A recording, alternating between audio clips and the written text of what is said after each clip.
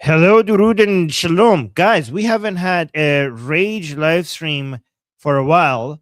I haven't been following what this idiot and he said believes about the recent MOU and the negotiations. I can't imagine it would be good. Monkey, what do you think about Piers Morgan? What are your views on Piers Morgan before we get started? I despise this scumbag. Yeah? Oh, Why? I'm about to chimp out because he knows what he's doing. He knows what he's doing. He's being purposefully deceitful. Purposefully deceitful. Okay, let's see today what he has to say about the MOU and Iran and the war and the Islamic Republic. Let's see. I have no idea where this is going to go. By the way, guys, let us know your opinions in the chat because I want to respond to what you guys have to say as well. But here, let me see. Let's play this. Time to check in on how that's going. Joining us from the Foundation for Defense of Democracies is the former IDF spokesman, Jonathan Conricus, host of the Josh Hammer Show, Josh Hammer, the former Trump security advisor, Fred Fleitz, and the combat veteran and host of Speak the Truth podcast, Matt Tardio. Welcome to all of you. Jonathan Conricus, we had a little exchange on X this week where we're always quite civilized with each other when you come on my show. You're probably one of my most returning guests, I think, in the history of Uncensored. So I was a little bit surprised by the tone you took with me, but you're perfectly entitled to, obviously. But you got into categorizing this show. You said you and your endless list of lying and unhinged guests have had a vital part in creating and cementing the modern-day blood libels against the Jewish state and its military. Here are some of the more obvious ones. You talk about civilian v. Monkey, you want to say something? Your mic is up. No lies detected. Like everything, the way whoever this guy is who's describing a show is like just accurately describing it. Yeah, pretty good. Yeah, I love him. I love this guy. He used to be an IDF spokesperson. Now he's with FDD. Combatants ratio, blame everything on Hamas. International starvation and Gaza is starving. You say this is all nonsense. Genocide and war crimes, none of that.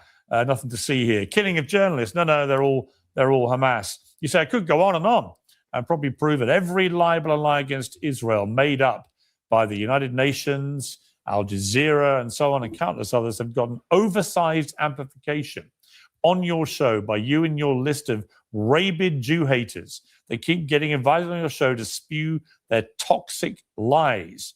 The numbers are plain and as simple as can be in modern war. The IDF has the best ratio on record in modern warfare.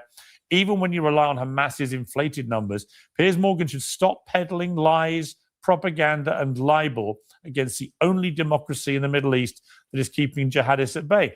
So I guess my first obvious question That's another good point. Like you have to compare Israel to everyone around them. And when you compare them to everyone around them, yeah, based. That was pretty accurate. Every single word. That was pretty good. Why the fuck do you keep coming on my show? That's how you feel about it. Are you? Oh my God. Why the fuck does he come on your show to respond to all the scumbags that you invite? Like, why wouldn't he? If you have a show that is designed to spread lies against Western values, United States and Israel, and defend all the most garbage people around the world and the most garbage ideas, then why wouldn't he come to your show and speak against them? That's the perfect opportunity to respond to all of this garbage. Like, why wouldn't he? What a fucking shit question. Okay, Monkey, go ahead. You wanted to say something. Unmute yourself. Unmute yourself.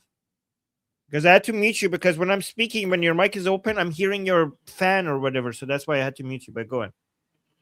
I completely agree. I mean, if someone is offered, if you think you're the only one that's going to have a chance to argue against this, well, you take the chance. I do understand that some people might just get sick of it and not want to come back. I do understand that. It's like, look, I'm not pushing this rock up this hill. I'm not Sisyphus. This isn't Greece. I'm out. And some people may feel that way. Some people say, look, I'm going to take this as a job to take this position where I can at least have some pushback in this platform. Yeah, perfectly. I mean, what does he think this is? This is like a gut you. If you think my show is shit, then why do you come on? Because I clean up shit. I clean up your fucking shit. I'm here to clean up this garbage. That's why I come here. Because I come here because your show is shit. So that so at least somebody could come and provide the proper view. Well, it keeps me sharper, and I enjoy the exchanges. But on a serious note, as you know very well, people watch your show, and it matters. You yourself have commented, and I think with the relevant level of satisfaction which you have earned, that you are an influential, very influential voice in the US, probably the most influential podcaster, non-American podcaster, and a lot of people around the world listen to this for entertainment and information. And I see myself as someone who cares about my country, my military. I also care about truth. And I want to fight and I want to present an Israeli perspective, not necessarily the Israeli perspective. But I think that so far, what I've found on this channel, and I'll return your words of courtesy, I found that I've been able to speak and been given the opportunity to present that perspective. But I have to say, Piers, that I stand by my words. And of course, I'm not happy if you don't like them and if it is offensive. No, but you're perfectly entitled. Let me be clear. You're perfectly entitled to your opinions. I just was under the mistaken belief that by constantly having you back on and many, many, many, many other pro-Israeli guests, that we were having balanced debates between competing positions, competing people. Many people, as you know, have a similarly egregious view of you and the stuff you come out with. I want to ask a question here.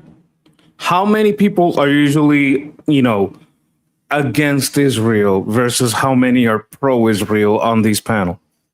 Is it usually 3 against 1?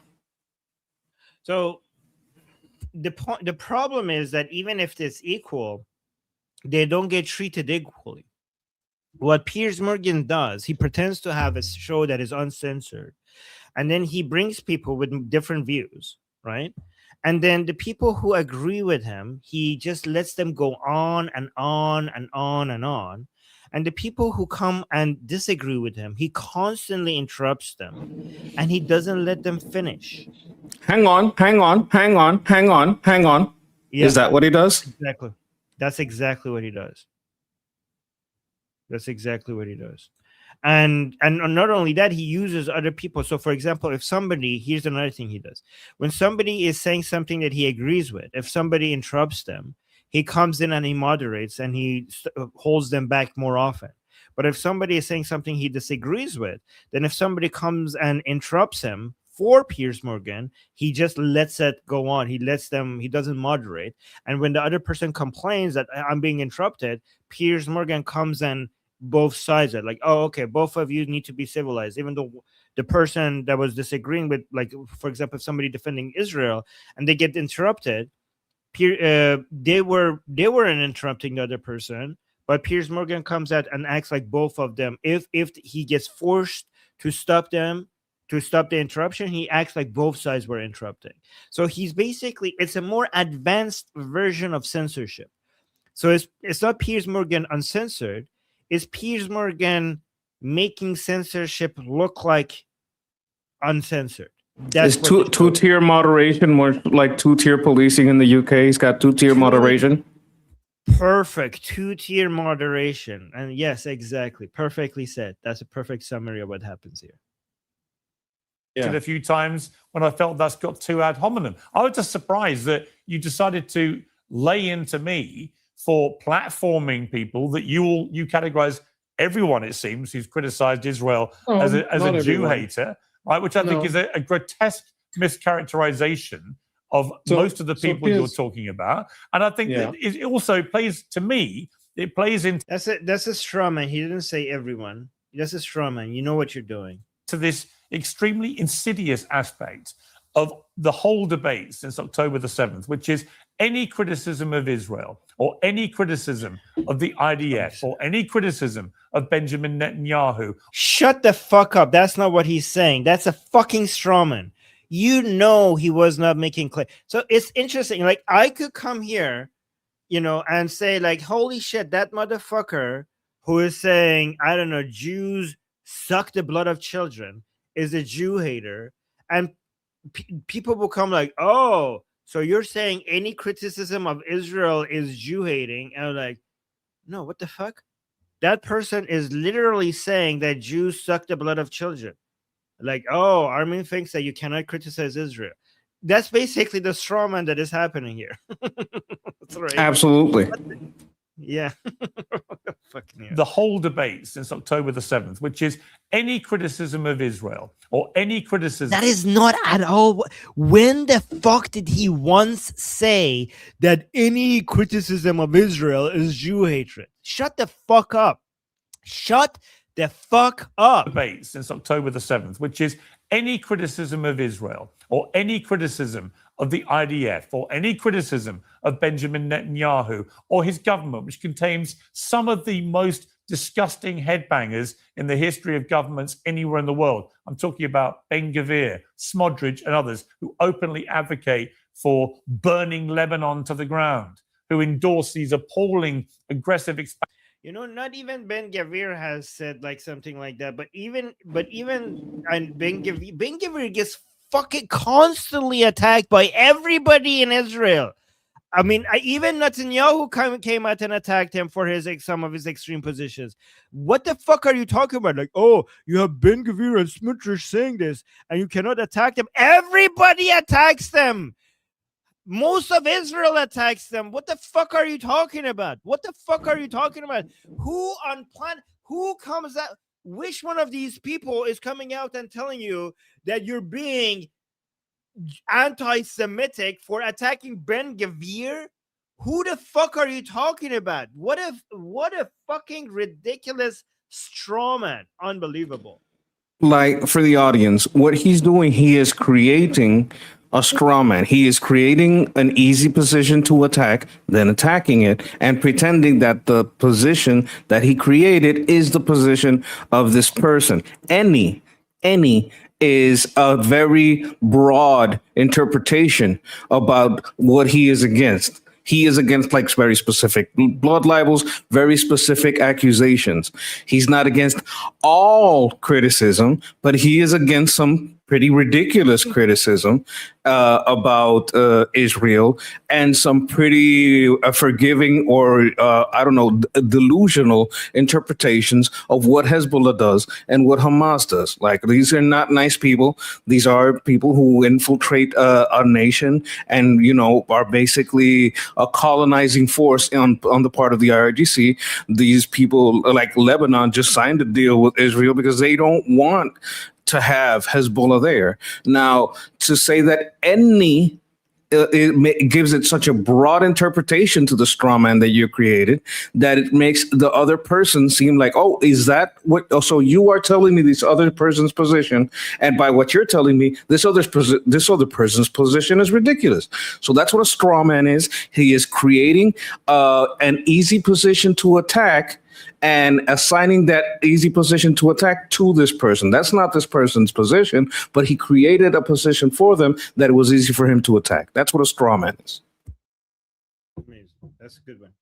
All right. Expansions of the settlements on the West Bank. You talk about getting all the Palestinians out of Gaza and so on. You know what I'm talking about. You dismiss them as irrelevant. One of them is the national security minister of your country. So yeah, I take exception, Jonathan, having always, I think, treated you fairly.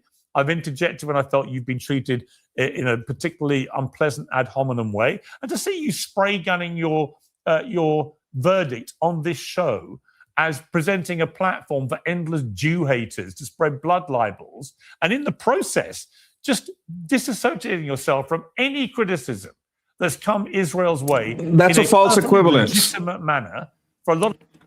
That's a false equivalence. Just because I'm on doesn't mean that you're not letting a bunch of Jew-hating, libelous people, libel people in. Like, he is trying to assert the position. No, I'm not doing this because I'm letting you in.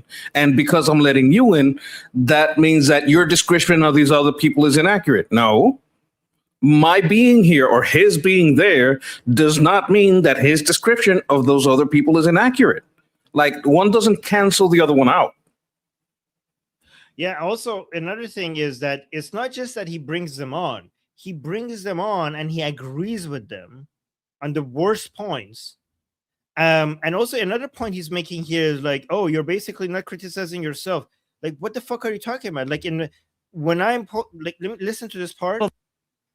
Show as presenting a platform for endless Jew haters to spread blood libels, and in the process, just disassociating yourself from any criticism that's.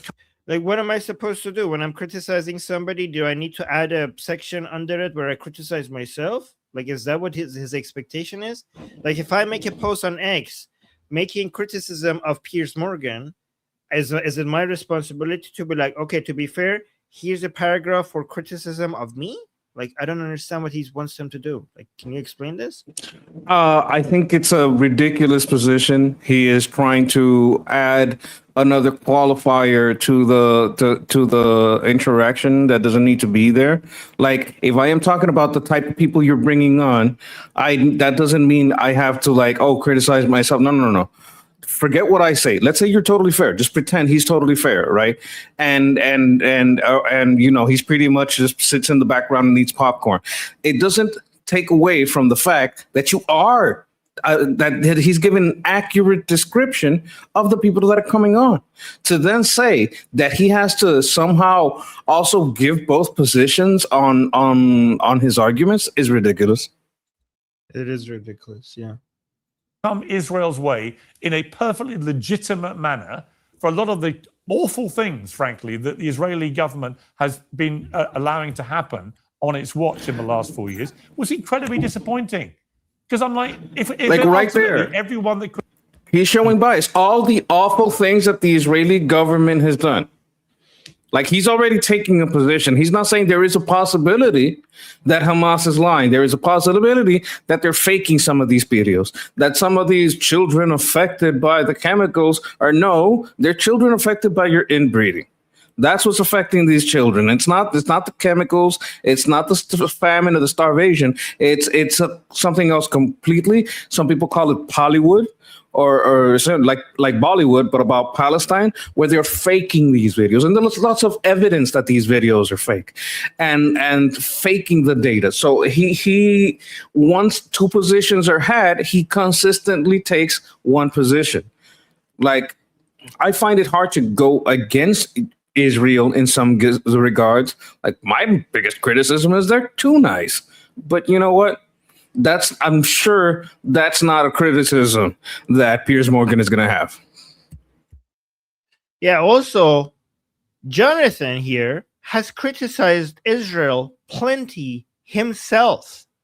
Plenty of times. There are many times that he came out and said, this is a policy of Israel that I disagree with. So again, Piers Morgan is being very dishonest. Very dishonest. Criticizes you or the IDF or Netanyahu or Israel or the Israeli government is an automatic Jew hater. That, to me, is the worst thing of this whole debate from day one. There is no correlation for me between criticizing something you say or Netanyahu says, or particularly Ben-Gvir and Smotrich, or criticizing the IDF when I think they deserve it, that makes me a Jew hater. So I just was surprised. Right. Why do that? Why be so frankly pathetic? I don't think I am. And if you'll allow me, I want to reply to what you said. First things first. You know what people should do? He should say, if you allow me, and if you please let me finish without interrupting me, and you could respond to me after I finish. He needs to say that, because if Jonathan gets really good right now at smacking Piers Morgan, so let's let Jonathan finish. But if he gets really good and Piers feels humiliated, he's going to get really tempted to jump in and not let Jonathan finish. But it's good that he started, but allow me to make my point. But let's see if Piers preempt his action. Like, I know you're going to interrupt me, so let me say you're going to interrupt me and then talk. Yes. So when you interrupt me, you're basically just falling into a trap. Exactly. So let's see how he does. I want to reply to what you said. First things first. when I say, on this show, as you said, I've been on a few times, and on this show, You've been on dozens of times, to be clear. Oh my God! It didn't last 3 fucking seconds. Did you see? I know he couldn't handle it. He can't handle it. He went on a monologue with 0 interruptions. And then when it's Jonathan's turn, he couldn't hold on for 3 fucking seconds. Hang on. It was exactly 3 seconds. He did reach 3 seconds, but only 3 seconds. Unfucking believable. Isn't he so fucking predictable? He's so fucking predictable. How dare you call yourself Piers Morgan Uncensored? This is the most censored show that I ever watch. Like I don't watch even Islamic Republic state fucking TV doesn't censor as much as Piers Morgan, and I'm being honest here. It doesn't as much as Piers Morgan. This is retarded. Hang on. What if the purpose of the show is to present a very censored show, but try to teach the audience that this kind of one-sided debate is uncensored? What if you're just trying to train the audience into thinking that this is not a censored show? You understand what I'm saying? Like, oh no, he knows he's being very censorious, but he's trying to put out there the idea that the way he's approaching it and the way he's doing it is something acceptable as something that is uncensored. That's my conspiracy theory. I know. I mean, and what he just did basically negates everything that he said before, because it's like I have all sorts of people on. I have Jew haters on. I have IRGC sympathizer on. I have people with fucking retards from the commie left and the far right and the woke right, and all the people with the most garbage ideas here. But I also have people with your ideas, okay? But this is how you treat them. This is 2-tier moderating, okay? So you bring people with the proper views on your show, but you don't let them fucking speak as much. So you just let the people with the garbage, anti-patriotic, anti-Western, anti-Israeli views to finish their fucking point. But these other people that you bring on as a way to try to act like you are being fair to people, those people, you don't let them fucking finish their fucking points. I think so in the chat, someone named Sohar says 2-tier peers. I think that applies. I think we should call them, now that 2-tier Kier is gone, we still have to 2-tier peers. I just want to, I just applaud that. Thank you very much. That is a good nickname for him. That is fantastic. Good job, Zohar's. That is good. Hashtag 2-tier peers. Perfect. Perfectly said. And we got a super chat. We will get to them. I want to get to them back. Thank you, Fleshy. So, thank you, Fleshy. We'll get to them. Oh no, actually, let me get to them now because it might be relevant. So Fleshy gave us 2 super chats. One of them is saying Piers is playing to viewers with anti-Israel views. Exactly. That's exactly what he's doing, because he's saying that the money is in hating Jews. So he's jumping on that bandwagon. The grift. Yeah. Exactly. Okay, that was good. So I'll get to the other super chat later. I'm thinking of doing the super chats back to back, letting them pile up and then doing them back to back. Let me know if that works better for you guys. Yeah. Look at this. This is a good comment. Imagine. Thank you, citizen. Saying, imagine Armin on Piers Morgan. He would destroy Piers. I know, right? I know, like that's why they won't have me. Look, I think if they ever considered it, they would notice that you would attack the very formula that he's using to instill bias and propagandize certain viewpoint. Yeah, exactly. Like it's one thing. I think it's one thing for somebody to come and challenge him, but it's another thing to come to attack the entire model. So I think because Piers Morgan his team was told to bring me on, right? Like I know that I have information that, and I think they researched me and they're like, okay, this guy is going to basically give up the entire game here to everybody, so he's too dangerous to bring on. Yeah, but pressure him on X to have me on. Pressure his team. On this show, as you said, I've been on a few times, and on this show, You've been on dozens of times, to be clear, on a show that you think just platforms Jew haters. This is really getting tiresome, Piers. If you're not going to talk about Iran, I'm just going to log off. I couldn't. You made your point. Let's move on. I don't give a monkey's what you want to do. If you want to log off, log off. All right, later. All right, well, Hey, log don't off. get me Fine. involved. Why is he talking Carry on. about me? Getting monkeys involved. He doesn't give a monkeys. Hey, watch out, Piers. You're gonna make me chimp out over here. What you talking about monkeys? You don't know nothing about monkeys.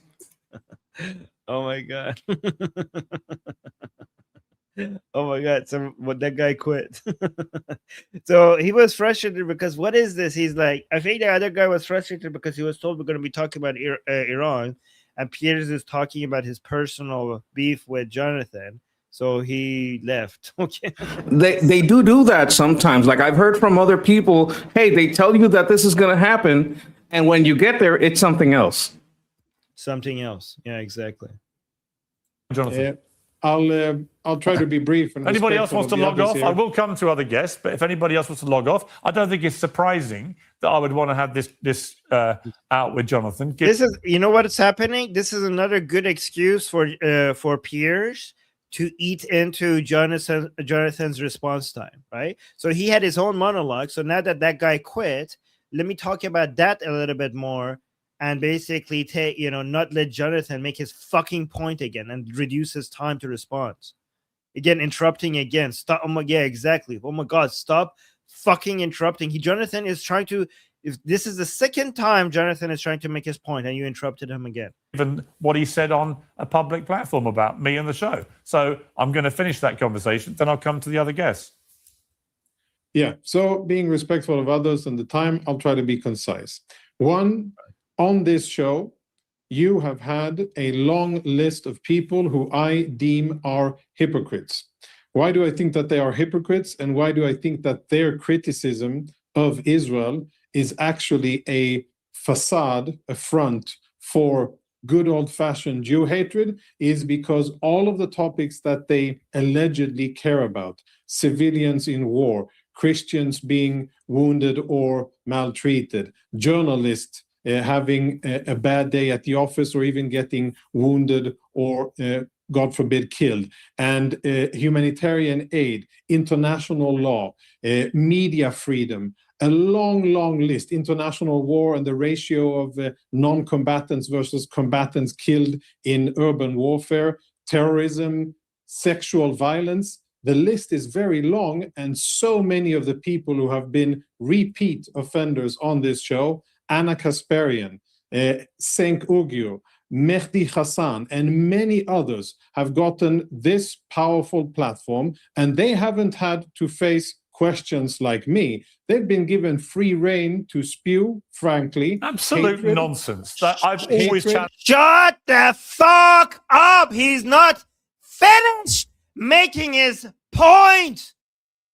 You were saying absolute nonsense multiple fucking times, and he did not interrupt you.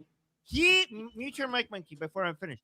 He did not interrupt you a single fucking time, even though everything you were saying is fun. This is the third fucking time you're interrupting him.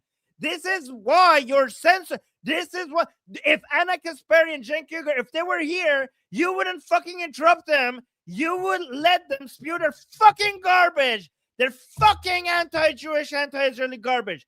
Only when you're being humiliated by somebody that is making a good point do you come and interrupt them. He didn't interrupt you. Why the fuck are you interrupting him? Go on, Monkey. Okay, so the IDF guy did make one mistake. The name is Chunk Yogurt. Okay, get it right. Chunk Yogurt. Not Ugurt. No. Chunky yogurt. Chunky, expired, fat yogurt. Chunk yogurt. Unbelievable. This is fucking crazy. This is insane. Like, this is why those other garbage people are like saying absolute nuts. No, they don't get challenged. They don't get interrupted the way you're interrupting Jonathan. Free reign to spew, frankly. Absolute hatred, nonsense. That I've always hatred challenged them against from day Israel. one. In fact, as you know, for the first year after October the 7th, I was getting widely criticized in a vicious way by the other side, right? By the pro-Palestinian. That doesn't prove anything. The other side gets offended over you saying that rape is bad. Hamas shouldn't have raped Israelis. It's really easy to piss those people off. In fact, just pissing them off doesn't mean that you're not spreading anti-Israeli garbage out there. Like, and this is what you guys do on purpose. You just say some obvious things that are wrong. That you basically point out some obvious evil that everybody knows. Like, oh my God, yeah, maybe we shouldn't, I don't know, burn children alive.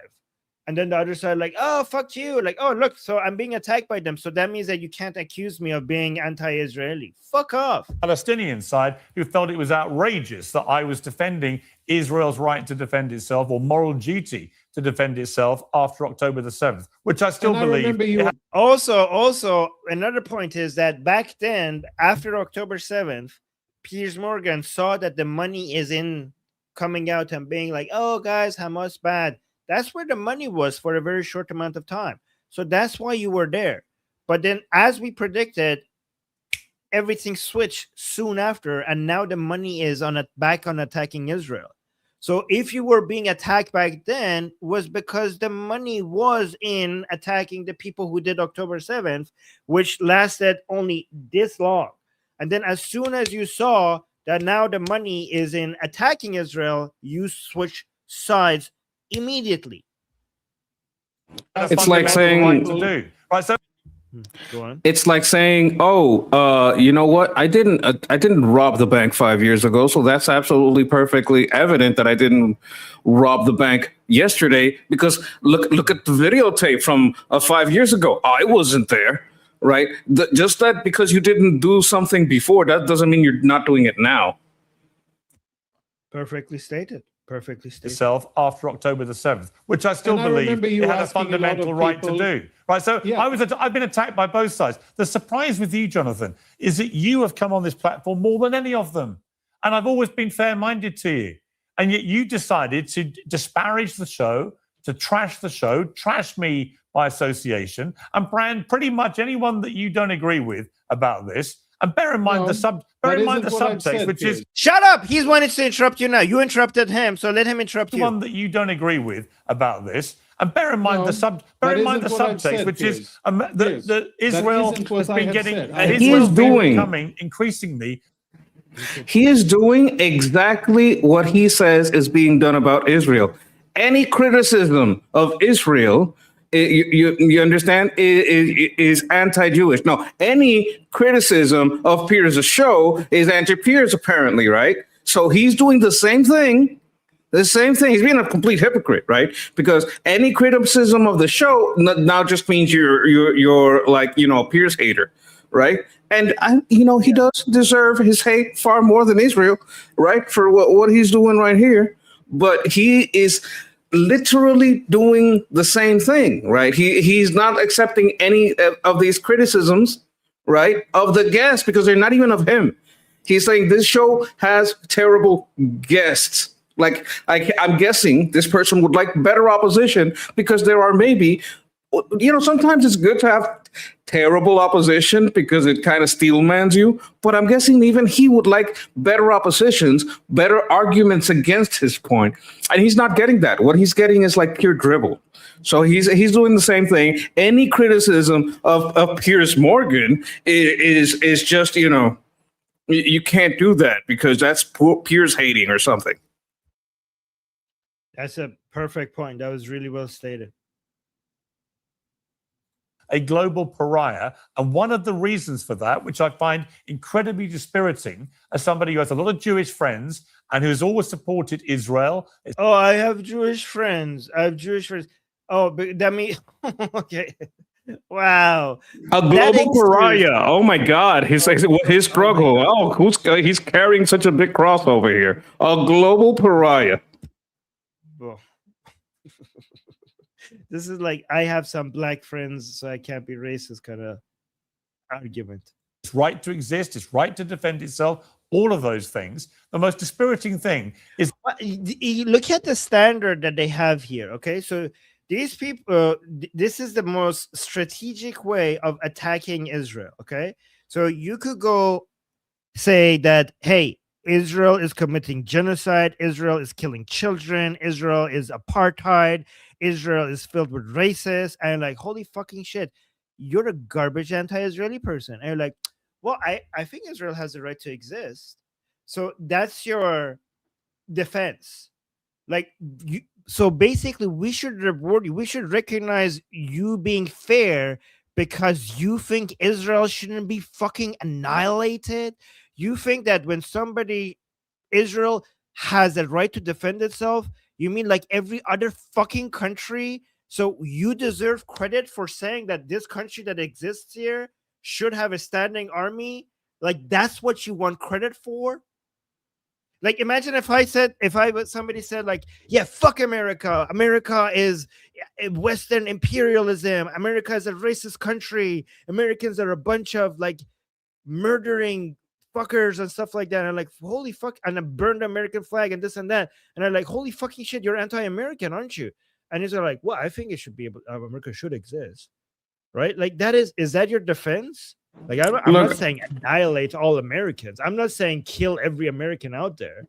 Oh, well, thank you for not saying that. Good job. What the fuck? Yeah.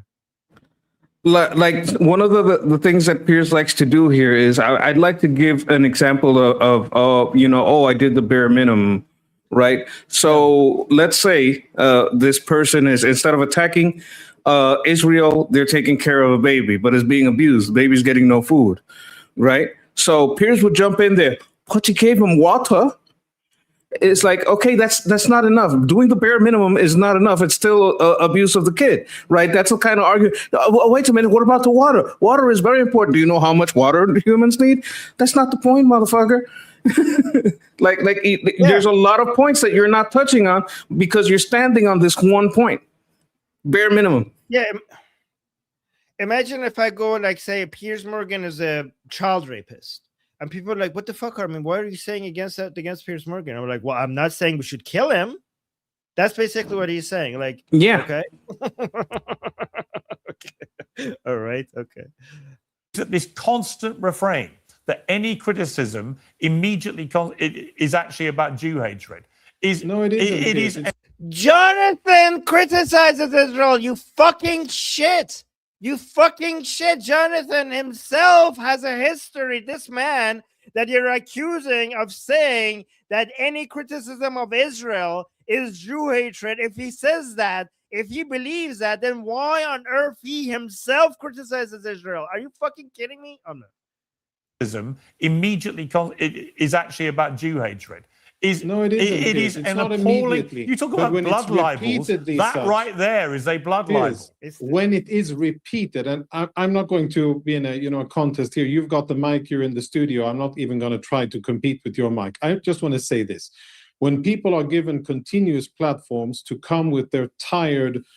With Mehdi Hassan, he's basically repeating Hamas propaganda, doing it in English and adapting it to a Western audience. And you have Anna Kasparian, and you have Cenk, and you have all other matters of people who have come here. And what about all the pro-Israeli? Shut up! Oh my God! Constant interruptions. Oh fucking hell, man! This person. Guests I've had. We predicted this. I didn't know what's going to happen, but it was so obvious. He cannot stop himself. When he is being humiliated, when his ass is being handed over to him, and like when he's being destroyed in front of his own audience, then he has to come in. He has to interrupt. All other matters of people who have come here. And what about all the pro-Israeli guests I've had? Not just you, but Alan Dershowitz and a string of others who've come on. Which you constantly interrupt. To argue and debate with all those people you're talking about. Which like, oh, what about all the pro-Israeli peoples that I invite? Yeah, we're seeing that right now. This guy's pro-Israeli. You're not letting him speak. You're not letting him speak. That's what you do to the pro-Israeli people. Not only that, He's not letting them speak and then gaslighting them about it being a platform that he provides.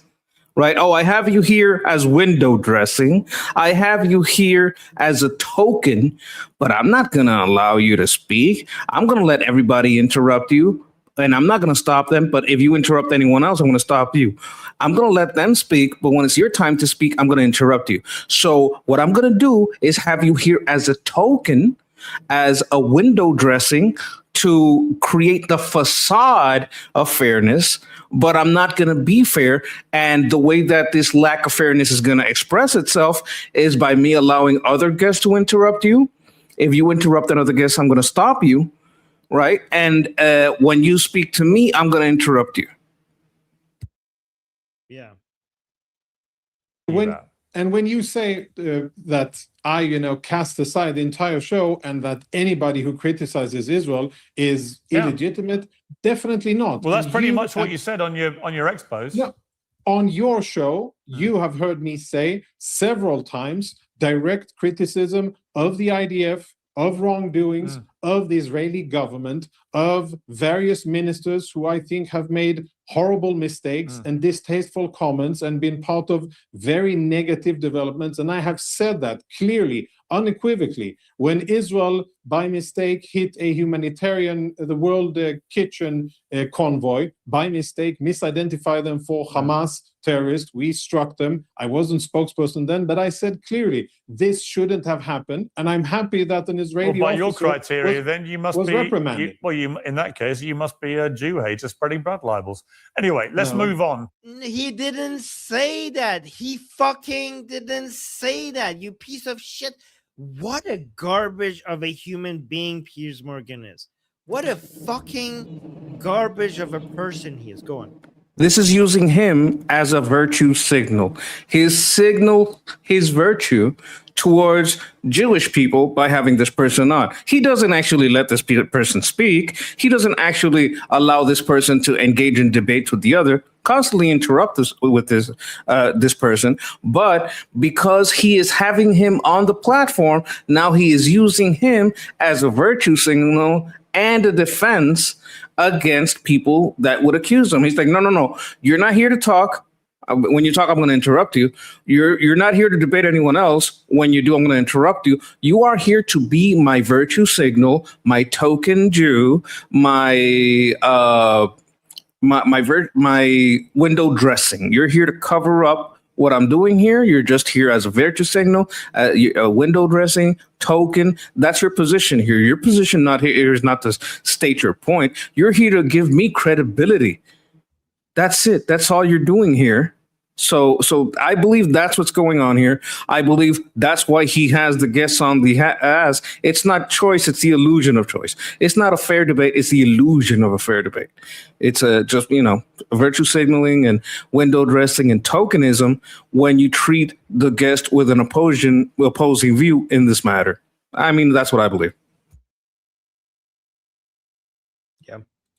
To the reason for this debate, and my apologies to other guests thank you for being patient, but I had to, better out than in, as my mother would say, when somebody takes it upon themselves to attack you in public. So I've done it. All right, Josh Hammer. You did a very poor job. You embarrassed yourself even more. All you guys have been supportive of this war on Iran. And my position from the start is the Iranian regime is despicable. I loathe it. I think it's been responsible for support. Wow, guys, terrorists are bad. People who kill people, their citizens and tens of unarmed citizens in the tens of thousands are bad. Guys, do we have an official baker in the chat? Who's our official baker? Give this motherfucker a cookie. He thinks that the regime that kills tens of thousands of unarmed civilians in a matter of hours are bad. So that means he's unbiased for stating the fucking obvious. Lioch is our official baker. Is she here? Terrorists all over the Middle East, from Hamas to Hezbollah to the Houthis. I think it's okay. This guy is giving him a banana. Okay, when Lioch is not here, maybe we can. Wait, no. That banana's for me. Okay. Oh, banana. Yeah, I'm sorry. Sorry. Guys, when Monkey makes good points, put bananas in the chat. Is that a good idea? I'm okay with it. I'll lean into it 100%. No problem at all. I think All right, guys. this guy should have a mug that says, hang on, hang on, hang on, hang on. Someone said a Piers Tears mug, but I think a mug that says, hang on, hang on. Every time he starts interrupting, you lift the mug, hang on, hang on, hang on. He puts it out there. That would be so funny. An appalling regime. But I also felt this war was utterly misguided from day one, that it had a real chance of empowering the regime rather than destroying it. And from where I sit right now, 4 months in, I'm pretty unconvinced that I wasn't right to be extremely concerned. That's, oh my, 4 months? Are you fucking, first of all, you have no fucking idea. I mean, maybe you do, as Monkey says, but you're being dishonest about it. But are you fucking kidding me? Have you not seen what has happened to the Islamic Republic? Have you not seen how devastated they are? Have you not seen the collapse of their soft power, their standing among their own supporters, their internal division, the collapse of their economy, the absolute destruction of most of their military in 4 months? What the fuck did you expect would happen in 4 months? This is the greatest amount of progress I've ever seen in any military operation in 4 fucking months. And on top of that, the negotiations and the MOU and the ceasefire is doing more damage on top of all of that, in addition to whatever we achieved with the military operation. So fuck you. I'd like to add to that what's going on with the proxies being defanged, the operations going on in Iraq towards the corruption that the IRGC has fomented in there. What's going on with Lebanon? Historic, negotiations with Lebanon and Israel coming together against this proxy colonizing force from the IRGC. I think many advances have been made that are just being ignored, or purposely so, by platforms like the Piers Morgan Show. Yeah, perfectly stated. That is what's happened. Are you still as steadfast that you think this war was a good idea? Well, Piers, I believe the last time I was on your show a couple weeks ago, if I'm not mistaken, I did criticize some aspects of the handling of this war and the way that the ceasefire, in my opinion, was called prematurely on April 8th. So let me just back up a little bit. I think that what happened here is you had the president of the United States, who, if I'm just guessing, I think he was feeling a little cocky, frankly, after his successes on the world stage in the first, let's call it 13 months of his tenure in office in the second term, especially when it came to Venezuela and the staggering success of Operation Absolute Resolve and the midnight capturing of Nicolas Maduro from his Cuban military guarded compound there in Caracas, Venezuela. And he was looking at this horrific regime, as you rightly called, in Tehran, which was gunning down tens and tens of thousands of people in the streets. And he probably thought this would be a little bit easier than it has ended up being. Now, Epic Fury did get off to an absolutely amazing start. There was the decapitation strike of the Ayatollah Khamenei and a lot of other heavyweights there. And there was staggering success in the opening weeks of this campaign. It remains my judgment to this day that if some decisions had been made to not prematurely cause a ceasefire, but when you have the enemies, when you have your foot on their throat, on the jugular, it doesn't make sense to go ahead and then just take it off for no reason, for no gain whatsoever.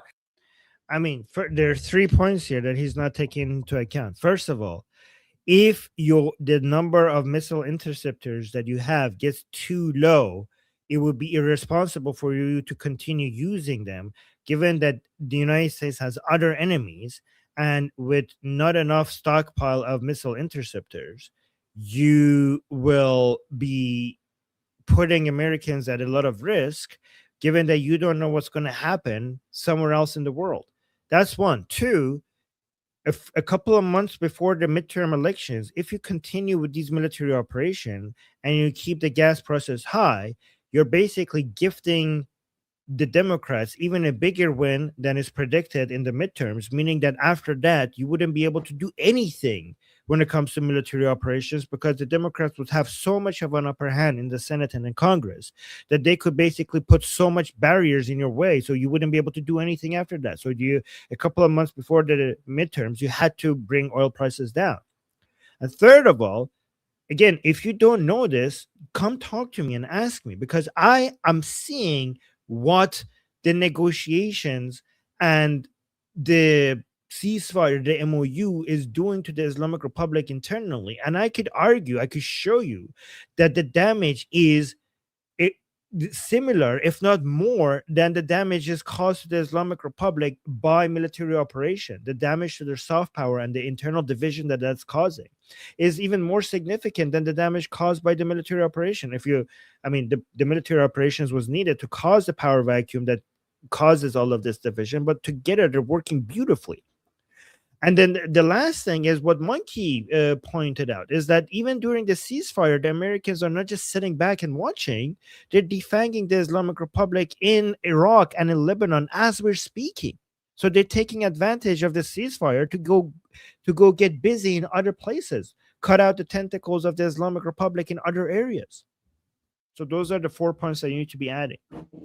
I would also like to take into account what has been done to free the people that Iran took hostage inside the Persian Gulf, to get all those tankers. That's a lot of hard work that went into that. So those people were being freed by America this whole time. It's still going on. The normalization of trade. A lot of these nations, literally, like, people who are against oil don't understand. Like, you can't get a Tesla in Africa. You're not going to get a Tesla in the Philippines. There's, like, some of these people literally will die if they don't have oil. They don't have like this electric alternative that you have in your coastal city, right? So that's an important point. And the economic fury is also a point where you're cutting off the economic ties to these proxy groups and punishing any country that dares deal with them. There's another point that was brought by Robin Piers. He's, when can we start paying for your content? We're trying to get to monetization. I'm about 30% there. So I'm shamelessly taking this opportunity to plug my channel, but I thank you for the question. I am trying to bring some good points, like the point of the things that are going around these ceasefires, the things that are going around these talks, because there is this fallacy that we're doing nothing is ridiculous. During the whole time that there has been a ceasefire, there have been operations going with economic fury. There has been a blockade. There has been moves made all over. These Persian Gulf states have been brought together. They've been there's significant moves happening all over the map, and people love to ignore that. Yeah, great point. I put the link to Monkey's channel in the chat, so go subscribe there. Let's continue. Frankly, what's happened here? Well, you know why that happened, right? I mean, just to jump in there, it was very crystal clear to Donald Trump as this dragged on that there were two wars going on. There was the military war, where America and Israel were pounding Iran's military and having big success doing it. Meanwhile, the Iranian regime has worked out the Strait of Hormuz is their most effective weapon. And they just closed it down, holding the entire world over an energy barrel and simultaneously whacking missiles off at the Gulf state neighbors, causing them enormous problems too. So they were fighting a different war.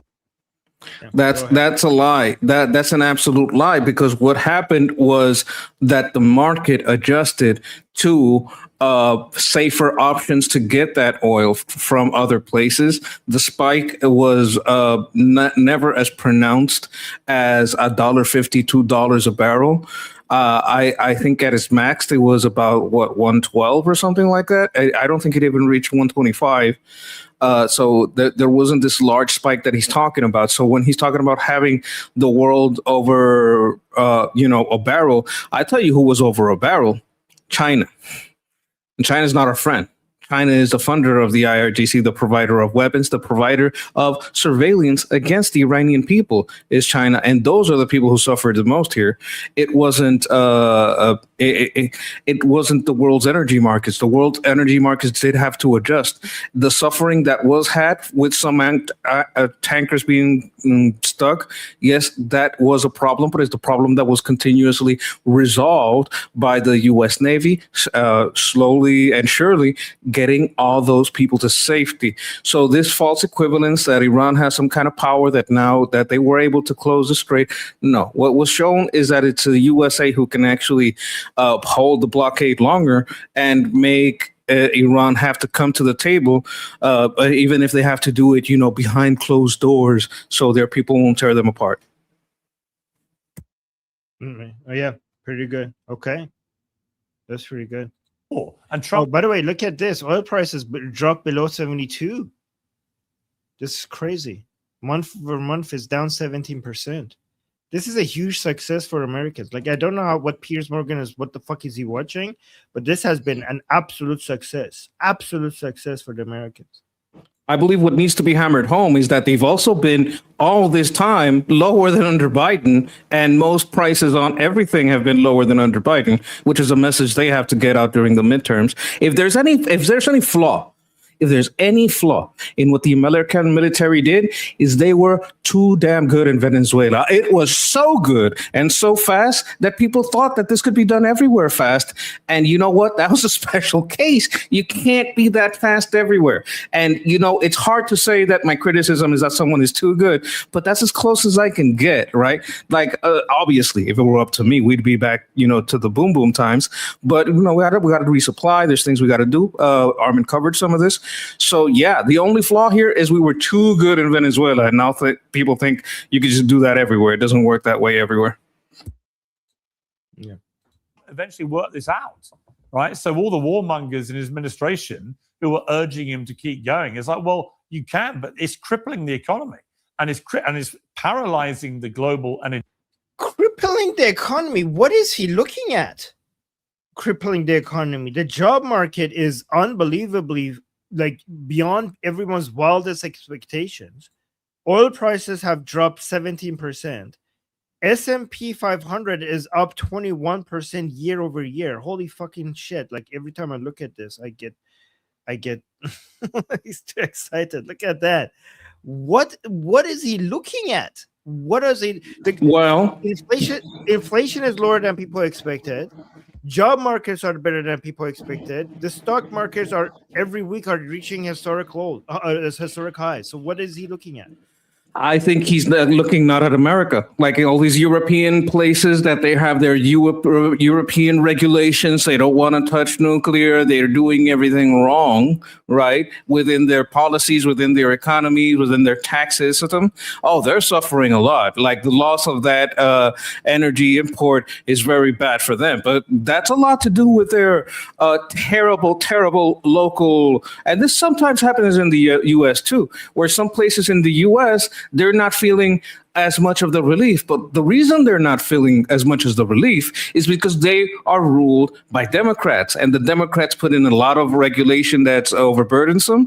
They put a lot of barriers to entry for new job creators.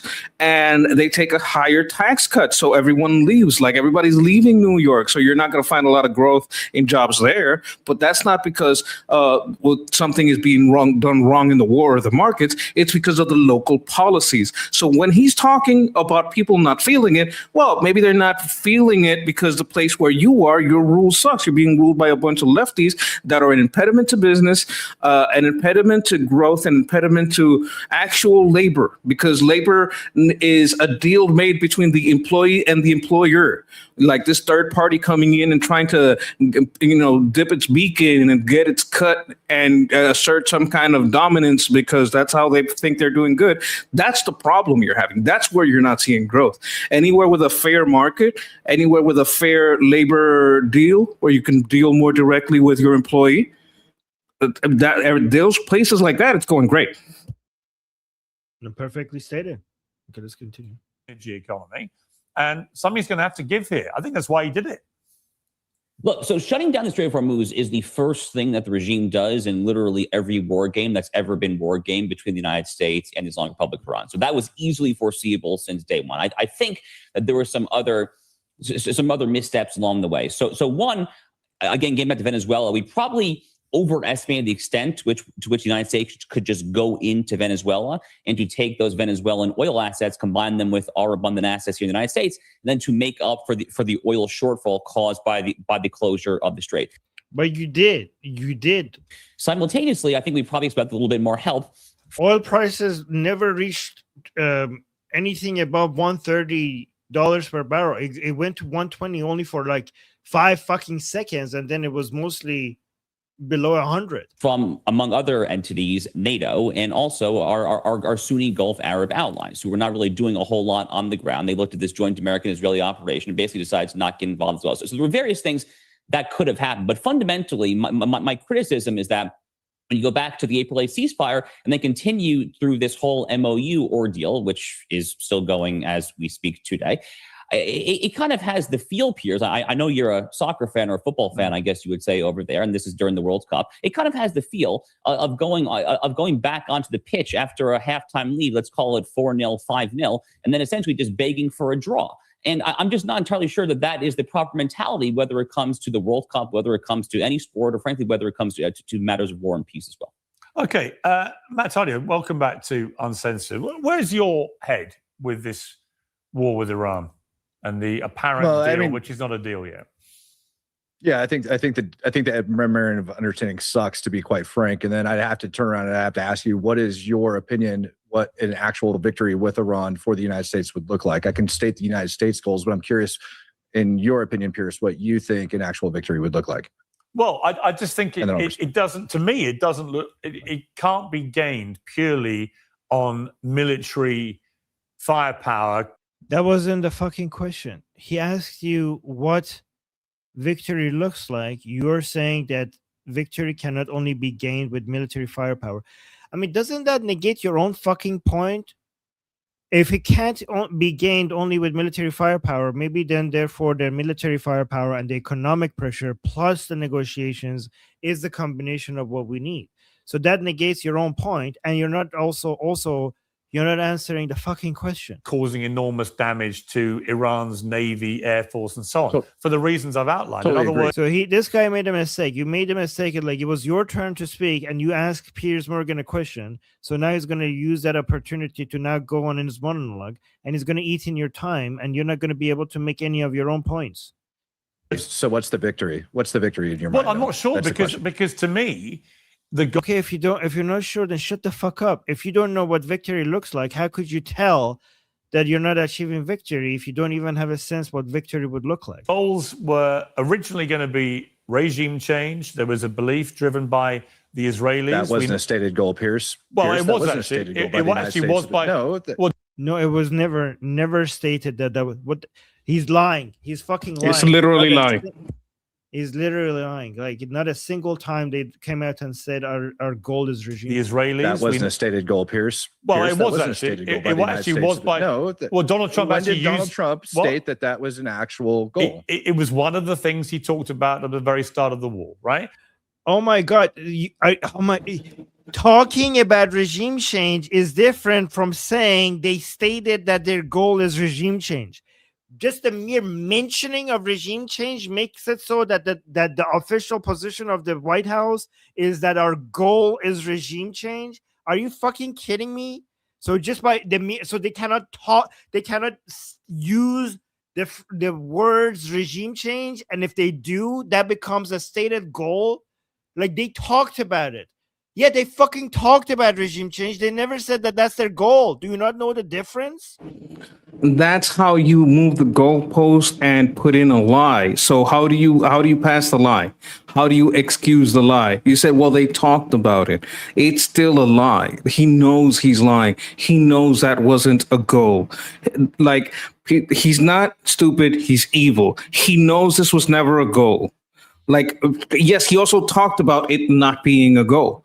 Like many times he stated it not being a goal. So how do you magically only remember the times he said, well, the regime did change because we wiped out the first and second layer, which what he's talking about is leadership, right? There's two ways to define a regime. One is the leadership, and the other is the party, the structural parties that controls the government. Right now, the structural party that controls the government in America is the Republican Party. That's the regime.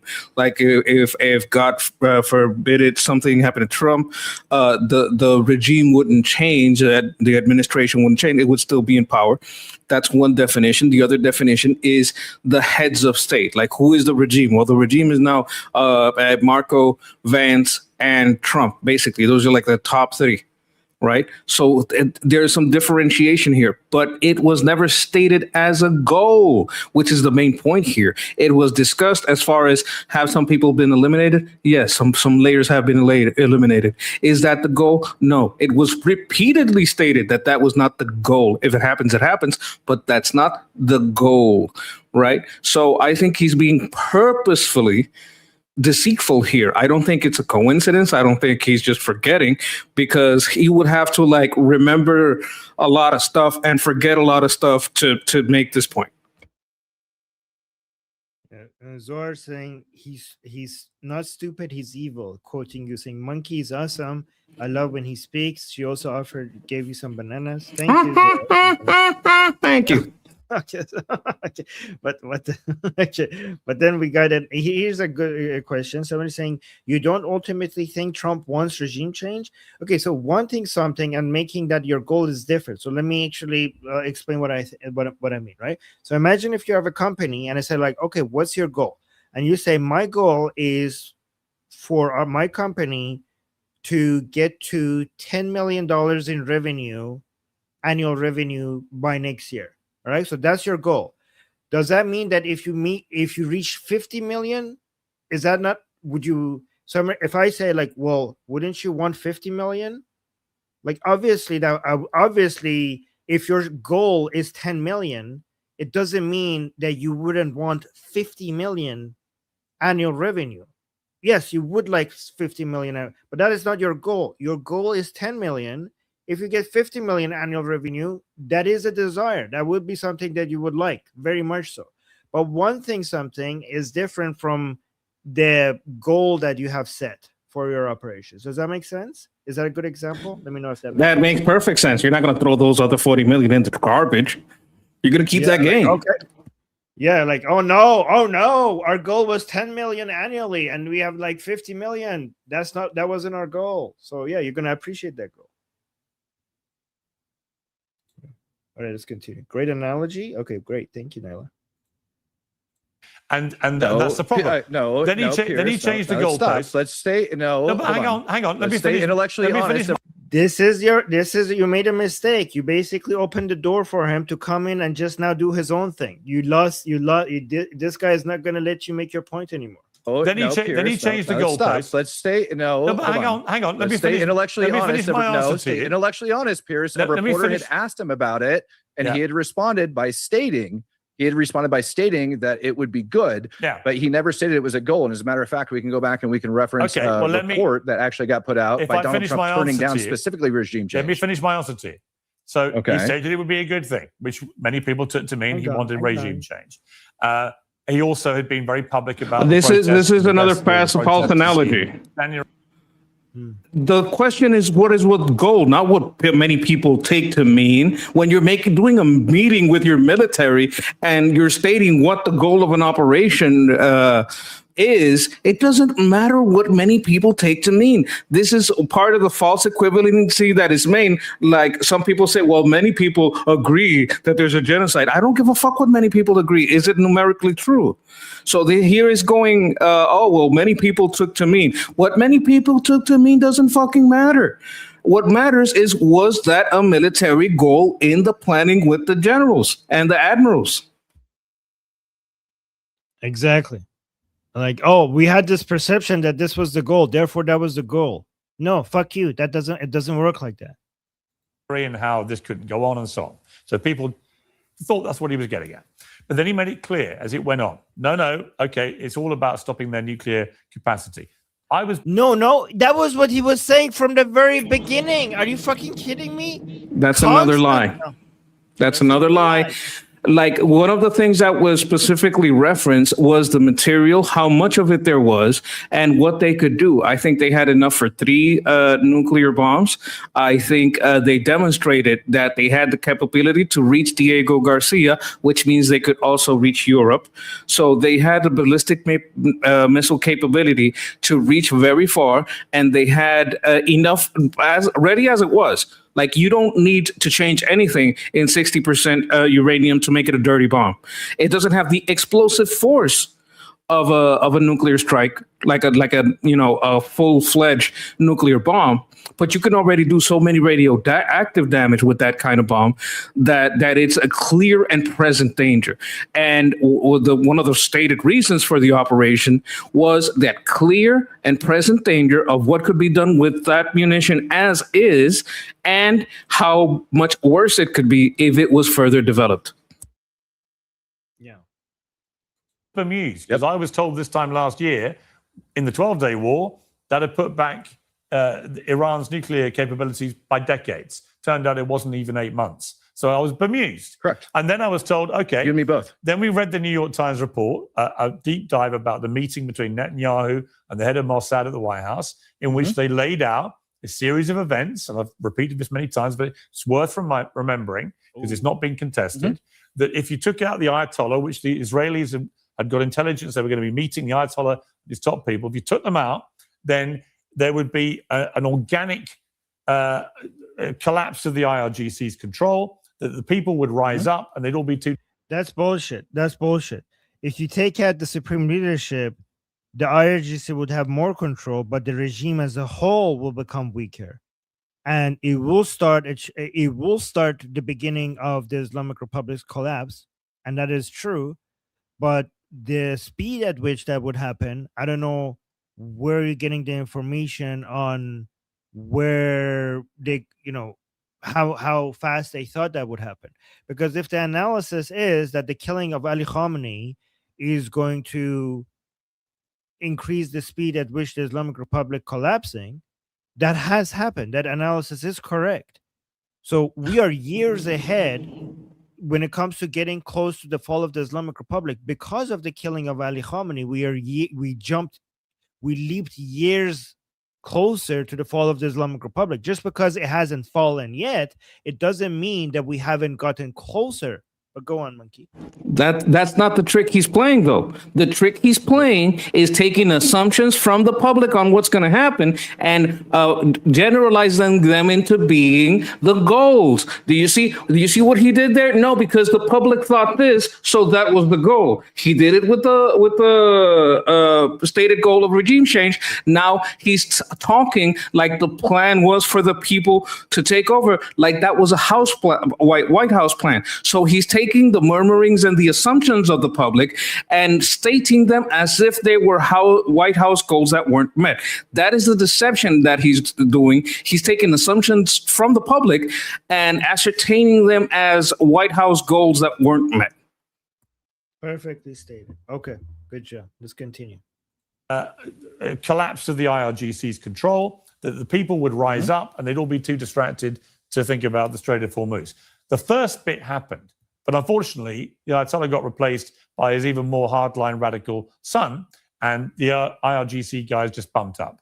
So that was pretty ineffective. Oh my God! What the more radical son that has never been seen and doesn't talk to people and has reduced the position of the Supreme Leadership Office to a fucking joke? Did you not know that, Piers? Did you not know that? Like, oh, unfortunately, the old Supreme Leader is dead, and the new Supreme Leader is worse because he's more radical. He's a fucking Ayatollah that has close to zero authority, and he's becoming a laughingstock even among regime supporters, even among many regime supporters inside Iran. What the fuck are you talking about? But go on, Mikey. What he is doing, he is taking a report, I think this is from the Washington Post, that stated long ago that the son was a hardliner. As soon as the Ayatollah was dead, that there was some reports. I think it was from the Washington Post, maybe other sources as well, but I could be wrong on the source. But there was a report out there that this may be a grave mistake by Trump because the sun was even worse, and he is just running with the most popular report against Trump and repeating it because he knows that's something that will already be in the mind of the people, and they're going to be, yeah, I heard that somewhere, and they're going to go with that. He's just regurgitating talking points against the changing of the Ayatollah for the Gayatollah. That's what he's doing here. Not that we love gay people. We just think it's a little hypocritical the way they treat gays over there, right? But that's my point here, that he is just repeating a popular report to gain the support of the people that like that report, and to use it against Trump because it's a popular talking point against him. And how is he more radical, given that his dad said that we were going to buy shit from Americans, we're not going to talk to Americans, we're not going to negotiate with the Americans, and Mujtaba has given permission for signing an MOU with the people who killed his dad and buying hay and corn and soy from the Americans. That doesn't seem like more radical to me. Does that seem like more radical to you? I mean, it's different. Like having your supreme leader killed in the name of hay and corn is a little different. I wouldn't say it's radical, but it's a little different. It's something that Ali Khamenei would never give into. Like if he was alive, he would be calling out this as the most extreme humiliation and something that should have been completely forbidden. Let me tell you something. Ali Khamenei, when he was alive, he banned the import of vaccines from United States, killing many Iranians during COVID. He said, like, we are going to ban, and they're like, who the fuck are, like, they pretended that he it's interesting because for years they were pretending like Ali Khamenei doesn't make executive decisions, and that's up to the parliament and the president.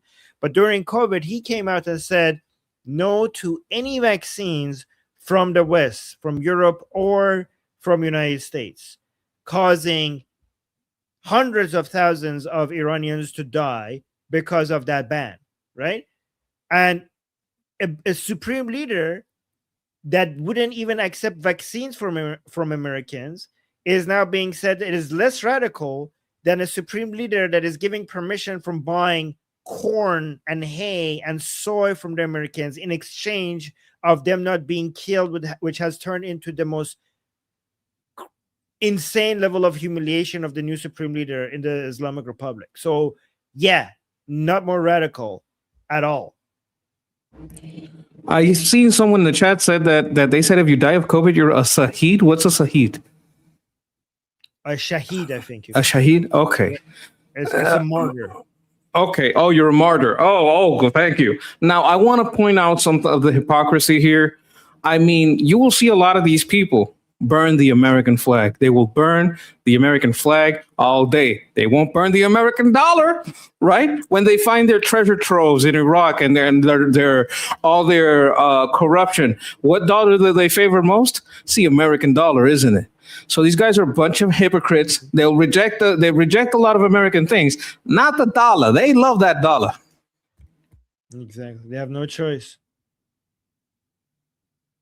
The second, so you forgot Well, the let me second finish my portion of point. the New York Times I article. will let you We respond. got to finish the actual I will second let- I portion will of the let you New York respond. Times article, Piers. Okay, you can respond in a moment. Let me finish my point and then tell me I'm wrong. There's no problem. Oh my God, what's the point of having these people on? Just do I your was own right. work.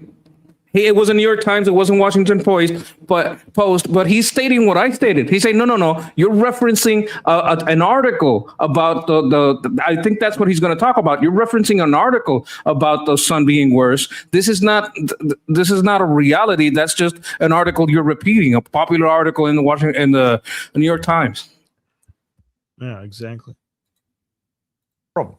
But the IRGC clearly remains in complete control. You've seen no uprising at all from the people, and you've seen an asymmetric. If the IRGC is in complete control, why are they agreeing to such a humiliating MOU and bending the knee to Ghalibaf and accepting buying hay and corn and soybeans from the Americans without getting revenge for the killing of Ali Khamenei and most of the IRGC leaders. That doesn't seem like absolute fucking control to me. War involving the Strait of Hormuz and attacking the Gulf states, which has been extremely effective from a response point of view by the Iranian regime. So I look at it in totality, and I would love to get rid of the Iranian regime, but it's not happened, and I don't think it's going to happen. It's been 4 fucking months, you piece of garbage. The Soviet Union took 45 years to collapse in the Cold War. It's been 4 months. Are we there yet? Are we there yet? Are we there yet? Like, I'm gonna smack this guy. I understand. And the enriched uranium remains buried away in Iran somewhere. I don't think they're going to hand it over. I think they're now talking about actually wanting to build a nuclear weapon because the Americans and Israelis want to destroy everything that they represent. So I look at it all, and I'm just really struggling, genuinely, Matt, from a military point of view. Piers. Where's the victory here? Where's the moment you plant the flag and go, this was great for America? Because I don't see it. Now I understand where you're coming from. So first, let's address the second part of the New York Times article, where it did, in fact, talk about, I believe it was Netanyahu and portions of Mossad that came in via VTC and ended up briefing up on their plan and what they thought would work over inside of Iran. U.S. intelligence community, Donald Trump then tasked out with assessing that plan. Donald Trump said it was a bad plan. He didn't think it was going to happen, and so he didn't go along with it. So let's start there. Second, the U.S. had their 3 major stated goals. Goal number 1 was ensuring Iran's not able to get a nuclear weapon.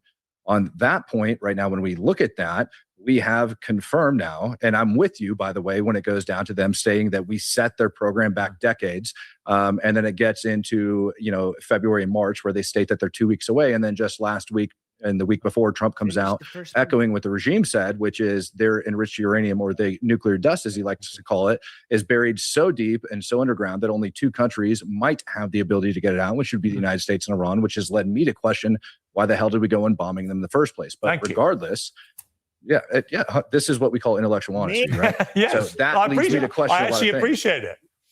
Right. And so, this guy has the facts, but he's not good at discussion, right? So he was making a point, he got diverted, and now from the original point that he was making, and then Piers Morgan is jumping on that and said, finish the point that you were making before you keep getting off track. I've called him out, and I've been very critical of him for that. However, when it goes down to getting that enriched uranium out of the country, Iran originally stated that they were not going to. See, he forgot the point he was making. You were making the stated goal of President Trump. What was it, and was the war moving in that direction? Like now he got off track. Be allowing the U.S. to go in there.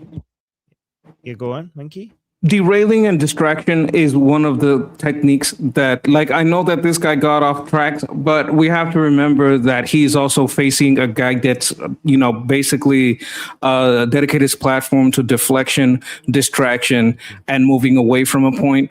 So because he knows he's lying about the stated goal, he wants to deflect, distract, and, try to derail. And that's why this guy got derailed, because he's facing a guy that does this every day for a living. Exactly. Out of the country. Iran originally stated that they were not going to be allowing the U.S. to go in there after the United States announced that the International Atomic Energy Agency, along with the United States, was going to be able to go in there. And that went on for a couple of days until the United States, along with the IAEA chief, actually came out and said, no, Iran did agree to allow us to go in there. And then the regime came out and said, well, I guess, we did agree to let them go in, but we don't have a date set yet for that. So that's part of the ongoing negotiations. The second part is the ballistic missiles program and having limits to the ballistic missile program. I don't think there's a single debate whatsoever about how extremely degraded the ballistic missile program is over inside of Iran right now. And I say this because Iran has stated time and time again, even after the last time we attacked Qashm Island in the Strait of Hormuz, after the last time they used terrorism, which is defined as using fear or threat of violence in order to push a political or ideological agenda, which what they're doing in the Strait of Hormuz is 100% terrorism. But after the last time they terrorized the Strait of Hormuz in order to shut it down, they stated that they were going to obliterate Israel and the United States if we ended up attacking them. We attacked them, and they quite frankly couldn't do it.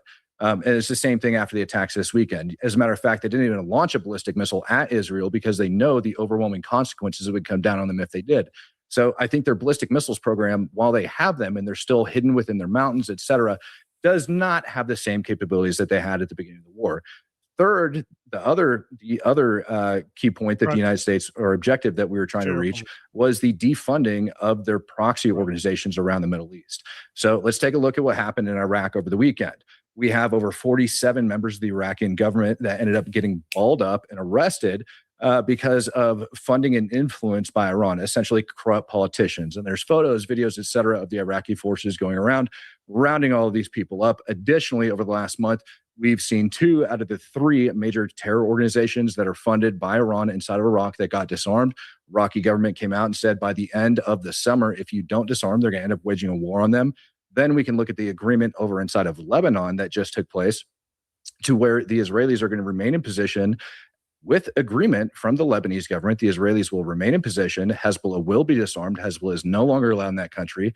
And that the Lebanese armed forces are going to replace the Israelis as they retrograde out of the country. And then the last major proxy organization that we really need to be concerned with is Ansar Allah, or the Houthis down inside Yemen. And just today, the information is coming out that the actual Yemeni government, not the Houthis, but the actual international recognized government, is actually starting to mobilize to go wage a ground campaign against the Houthis. And that itself is going to be developing in the weeks and months to come. So when we start looking at the actual objectives that came out, the Strait of Hormuz, in my opinion, is one of those just kind of like gotcha moments or little catches. Of course, Iran can shut down the strait by simply just launching or terrorizing commercial vessels. But even, now pay attention to this, overnight, we had over 50, in the last 24 hours, we had over 50, all right, merchant vehicle or vessels that ended up traveling through the Strait of Hormuz. And a lot of them using the Oman route down to the south, despite what Iran had said. So they are actually starting to lose that threat of terrorism over those commercial vessels. So in my opinion, right now, that whole Strait of Hormuz thing, that's just some smoke and mirrors right now that are going on. And it does affect the international community. It does affect the global economy. 20% of the world's oil ends up flowing through there. But at the same time, the country that is most affected by it than any other is China. China used to get 40% of their oil from the Strait of Hormuz. They used to buy 90% of Iran's oil. And right now, Iran's oil just got put on the global market underneath the US dollar. That means China can no longer get cheap sanctioned oil. China can no longer get cheap sanctioned oil from Iran. They now have to compete on the global stage, especially after we ripped out Maduro.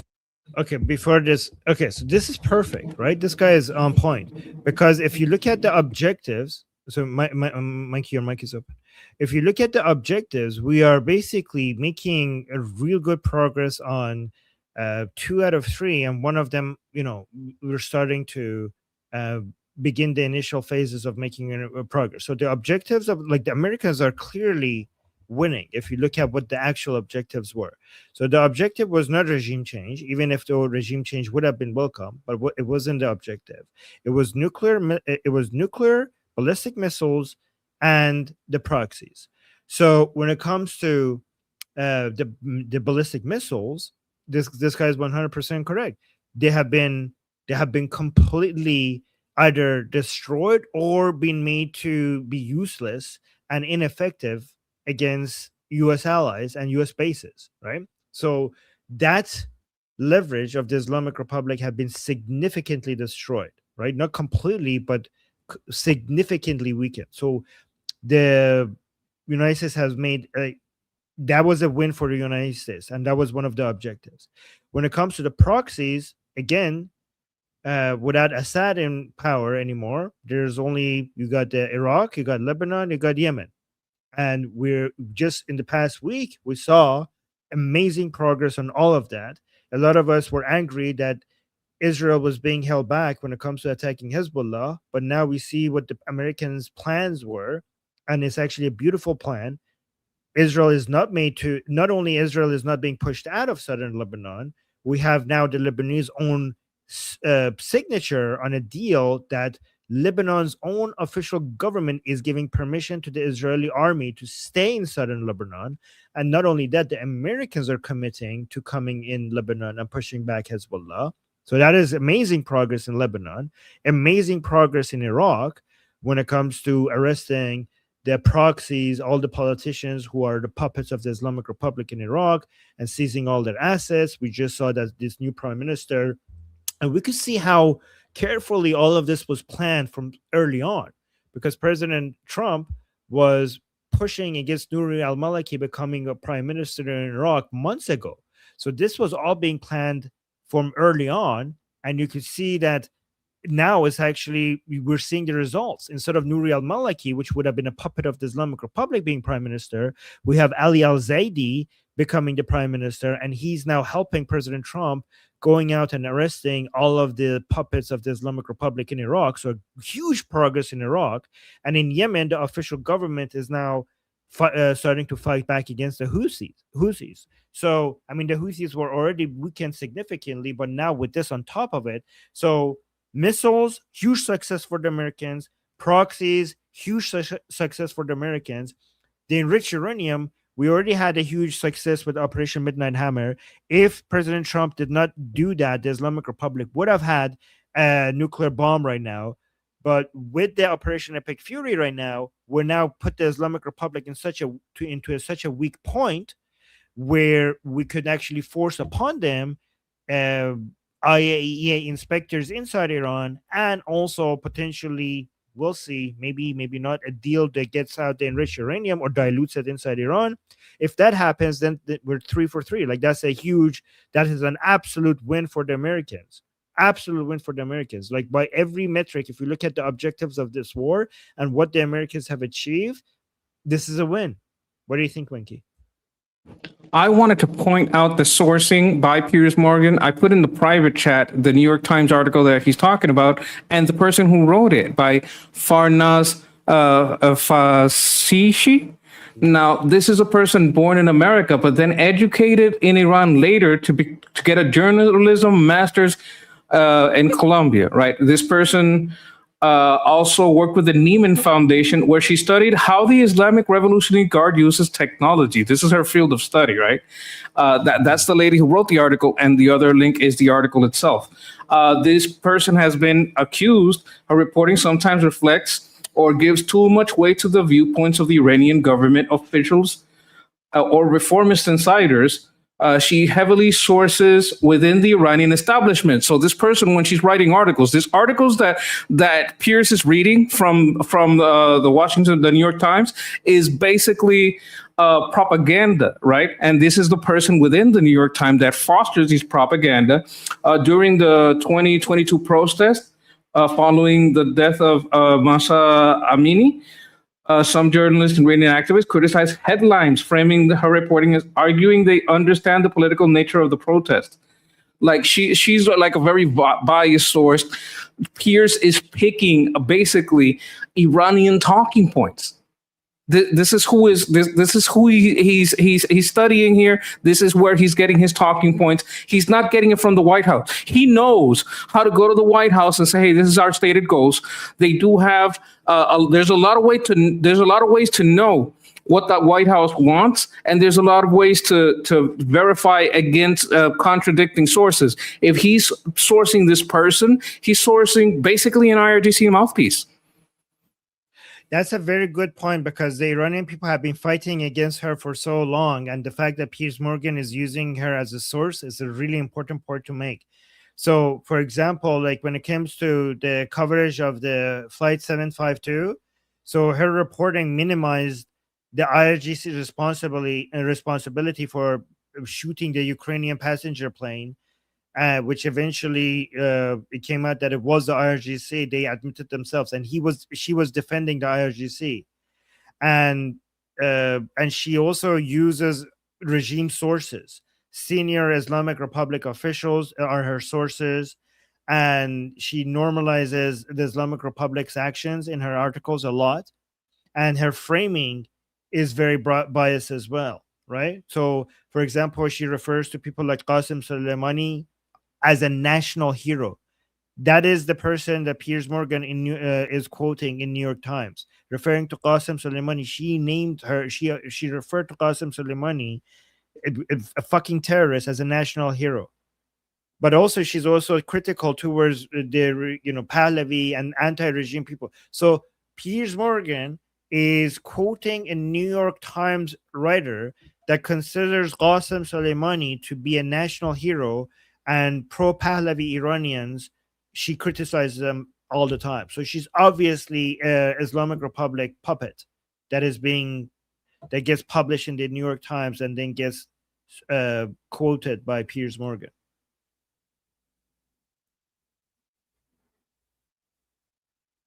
Exactly. Okay, let me read some super chats. We got 3 super chats. Fleshy Interloper said there were some good questions on oil prices, and Straight yesterday in chat posted some possibly interesting graphs in school. Oh, great. Thank you. So guys, in our group discussion on Liberty Politics discussion group, Fleshy Interloper put some really interesting data posts there. If you're in our discussion group, make sure you check them out and comment on them. If you find them and comment on them. Our group discussion, the link is in the description, the link is pinned in the chat, and it's also in the QR code at the top left. It's also in the bio of our YouTube channel, so go check it out. Fleshy puts some really interesting information there, so go and check it out and comment on them. And then we got a super chat from Shauna saying, I think he's looking at the lack of growth in jobs that are being replaced by AI. It's the over credentialed who are now experiencing downward growth. Yeah, so AI is creating jobs and taking jobs. But anybody who's looking at that, if you zoom out and you look at the jobs data right now in the United States, the job data is looking it's looking amazing. Like, so many people were shocked. Even the people who used to predict these things very well were shocked about how well the recent numbers were. I would also point out that these are the same people that were ridiculing all if you were a plumber or you were a carpenter, hey, learn to code. And these people lost their jobs. There's a lot of job loss within the tech sector. And you have to understand, you can't be mad at the car companies because you lost your horse and buggy business, right? The industry is going to move forward. So if you're in a job, you should adapt to a newer market, because this kind of Malthusianism isn't going to work. Malthusians never win the Simon Ehrlich wager. They're never going to win a bet. You have to go with what the market is, not what you wish it was, and it's not going to stay still for you. So these people need to adapt as soon as possible, because the market's not going to wait for them. We're not going back to horse and buggy. The car is here. People are going to have to face it. Yeah, and over the long term, technology always creates more jobs than it takes jobs. And yeah, Shana agrees also with that. And then Sayed with a super chat. Thank you so much, Sayed, saying, thank you, Armin. Great live streams. I make sure to watch them even if I can't watch them live. Oh, thank you, Sayed. I appreciate you saying that. Thank you. All right. Let's go. That was very motivating to hear. So thank you for that. So let's go back here. And the IRGC is not doing it. If I could take you back to the day before this war was launched, knowing everything we now know, would you still say to Donald Trump, go?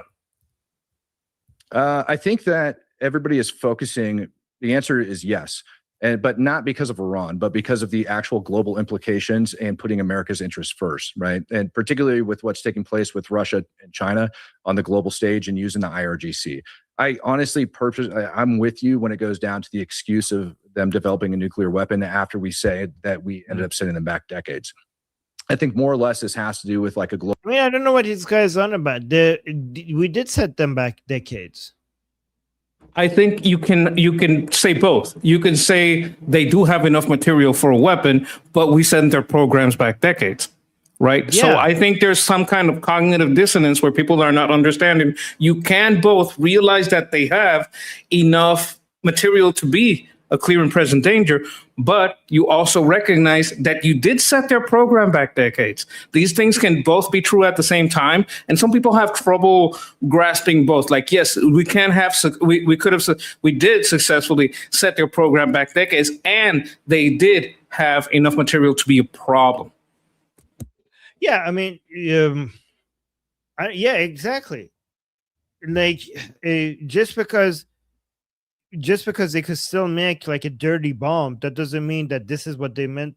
What they were intending is to be able to do, I don't know, multiple mushroom clouds in the middle of Europe if they wanted to, not just to be able to make just like a couple of dirty bombs. This wasn't their plan. Yeah, they could still make something that is devastating and dangerous, but their plans were so much bigger than this. Their plan was for them to by now be able to have like, I don't know, like many different ballistic missiles with nuclear warheads on them that could be launched anywhere on the planet. That's what their plan were, not just to be able to make, I don't know, 12 dirty bombs or something like that. That is dangerous. I don't want to basically push that aside as something that you shouldn't be concerned about, but it is not at all what their plan was. Exactly. Realignment with the IRGC and the Iranian regime right in the middle. Russia heavily supported by the IRGC, heavily supported by China. They were down over inside of Venezuela, all three of them, and plus Hezbollah. Okay, so all four of them down over inside of Venezuela, also conducting operations in Cuba, also Hezbollah over inside Mexico. Those are all big threats to the United States of America. So when I look at this from like an American global security perspective, I do believe that it's very important that we get Russia and China back in their place to where they're no longer trying to go out and threaten the United States and essentially take over as the world superpower. Okay. And I think dismantling the IRGC is a very, very good way of doing that. Interesting perspective. Of course, they might take it another way, which is that the Iranians stood up to America and haven't been destroyed in the way that people thought might happen, and they might embark. Oh my God, that's the people. The people. What do you mean? What else did you want to? Oh my God! Like, you know what this is? This is like basically beating up somebody trying to come and harass you, and then you start beating the shit out of them, and you broke every single bone in their body, and their face, all their teeth is broken, and they're looking up at you like, I'm not dead yet. I'm not dead yet. So what? Okay, do you think you're winning this because you're not dead yet? Olden, you're like lying in a pool of blood with all your teeth broken, every single bone broken in your body, and you think you're winning this because I haven't killed you yet? Tis but a flesh wound. Yeah. Oh, look at that, Fleshy. Thank you so for the super chat saying Happy Canada Day, everyone. Yay, thank you. Happy Canada Day. Oh. Keep the faith in Canada. Canada, I believe you will. Things will get better for you. I want all the Canadian patriots that love their country and don't hate themselves to become stronger than the ones who hate themselves and hate Canada. We have us a little bit of that here. I know you guys have a little bit of that there. So, from an American to my Canadian neighbors, I would like to say, keep your faith strong. Keep your love for your nation strong. Keep your love for your people strong, because love is, in the end, stronger than hate. Like, people, when they have a kid, they can lift a car. They can't do that any other time, right? This has been demonstrably proved that you are stronger when you're working in love. Like, this is scientific, right? So, you can't argue with that. Okay. Wait, guys, that was beautiful. Guys, is Monkey's volume too loud? I lowered it, but they are also very angry about AI, so that might just be like someone that hates AI. So I'm not sure. Okay. Oh, look at this. I'm saying thank you so much, Grease Monkey. That's beautiful. Thank you, guys. American enemies around the world to try their luck. So we'll see. Oh yeah, so people are saying you're very loud. Try to lower it a bit. Lower your volume more. Is that better? Yes, that's a lot better. Thank you. I mean, look, I'm not saying that will happen. I'm just saying there is a possibility that if this just continues to be this huge, gigantic, unresolved mess, people might take that view. Jonathan Conricus, on the assumption you haven't been outraged by the Jew-hating rhetoric of your fellow panelists today, which I imagine you wouldn't. What a fucking piece of shit you are. Oh my God. You see him? You see what he just did here? I'll run it back. Look at this. He snuck one by me. That greasy bastard.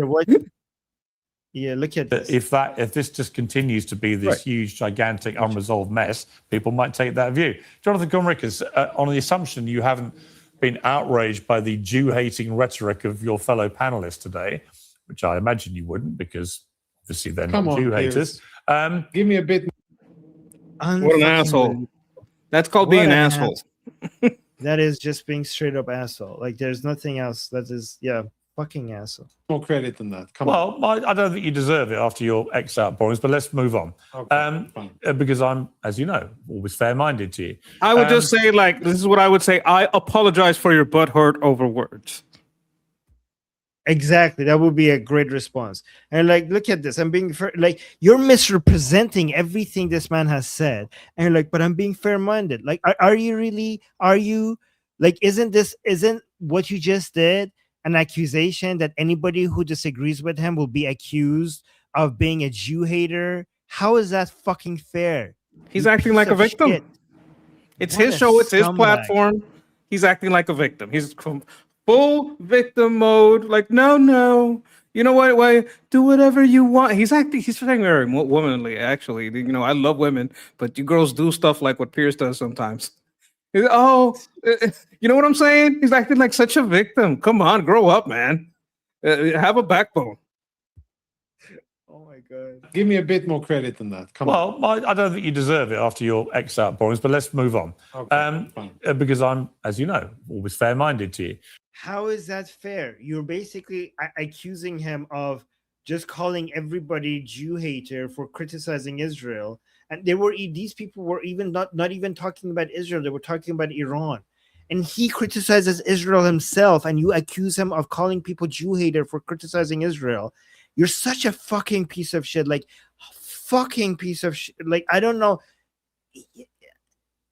I really hate Piers Morgan. Like, I really hate him.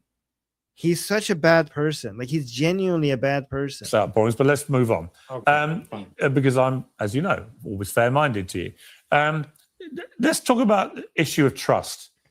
A lot of what Matt said was very interesting to me, right? And it's a very interesting perspective. But my point would be, how can we trust the Iranians as far as you could throw them?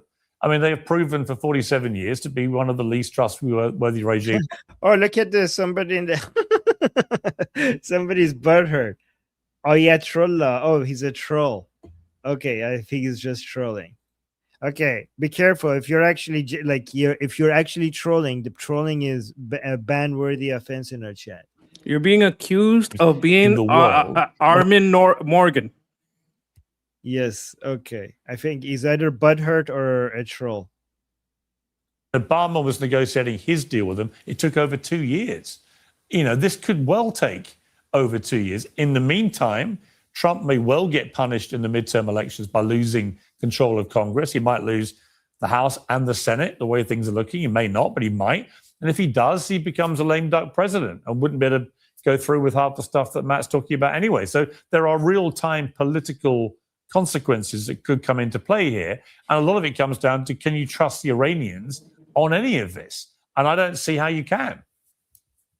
I think we can trust the Iranians to be clever, calculated, and to have a good read of the American psyche, American economy, politics, and to find and adequately use pressure points, whether it's China, Europe, and most importantly, the US. And I think early on in this war, the Iranians, as they were being bombed and defeated in the air and on the ground and at sea by the US and Israel, I think early on they understood two important points.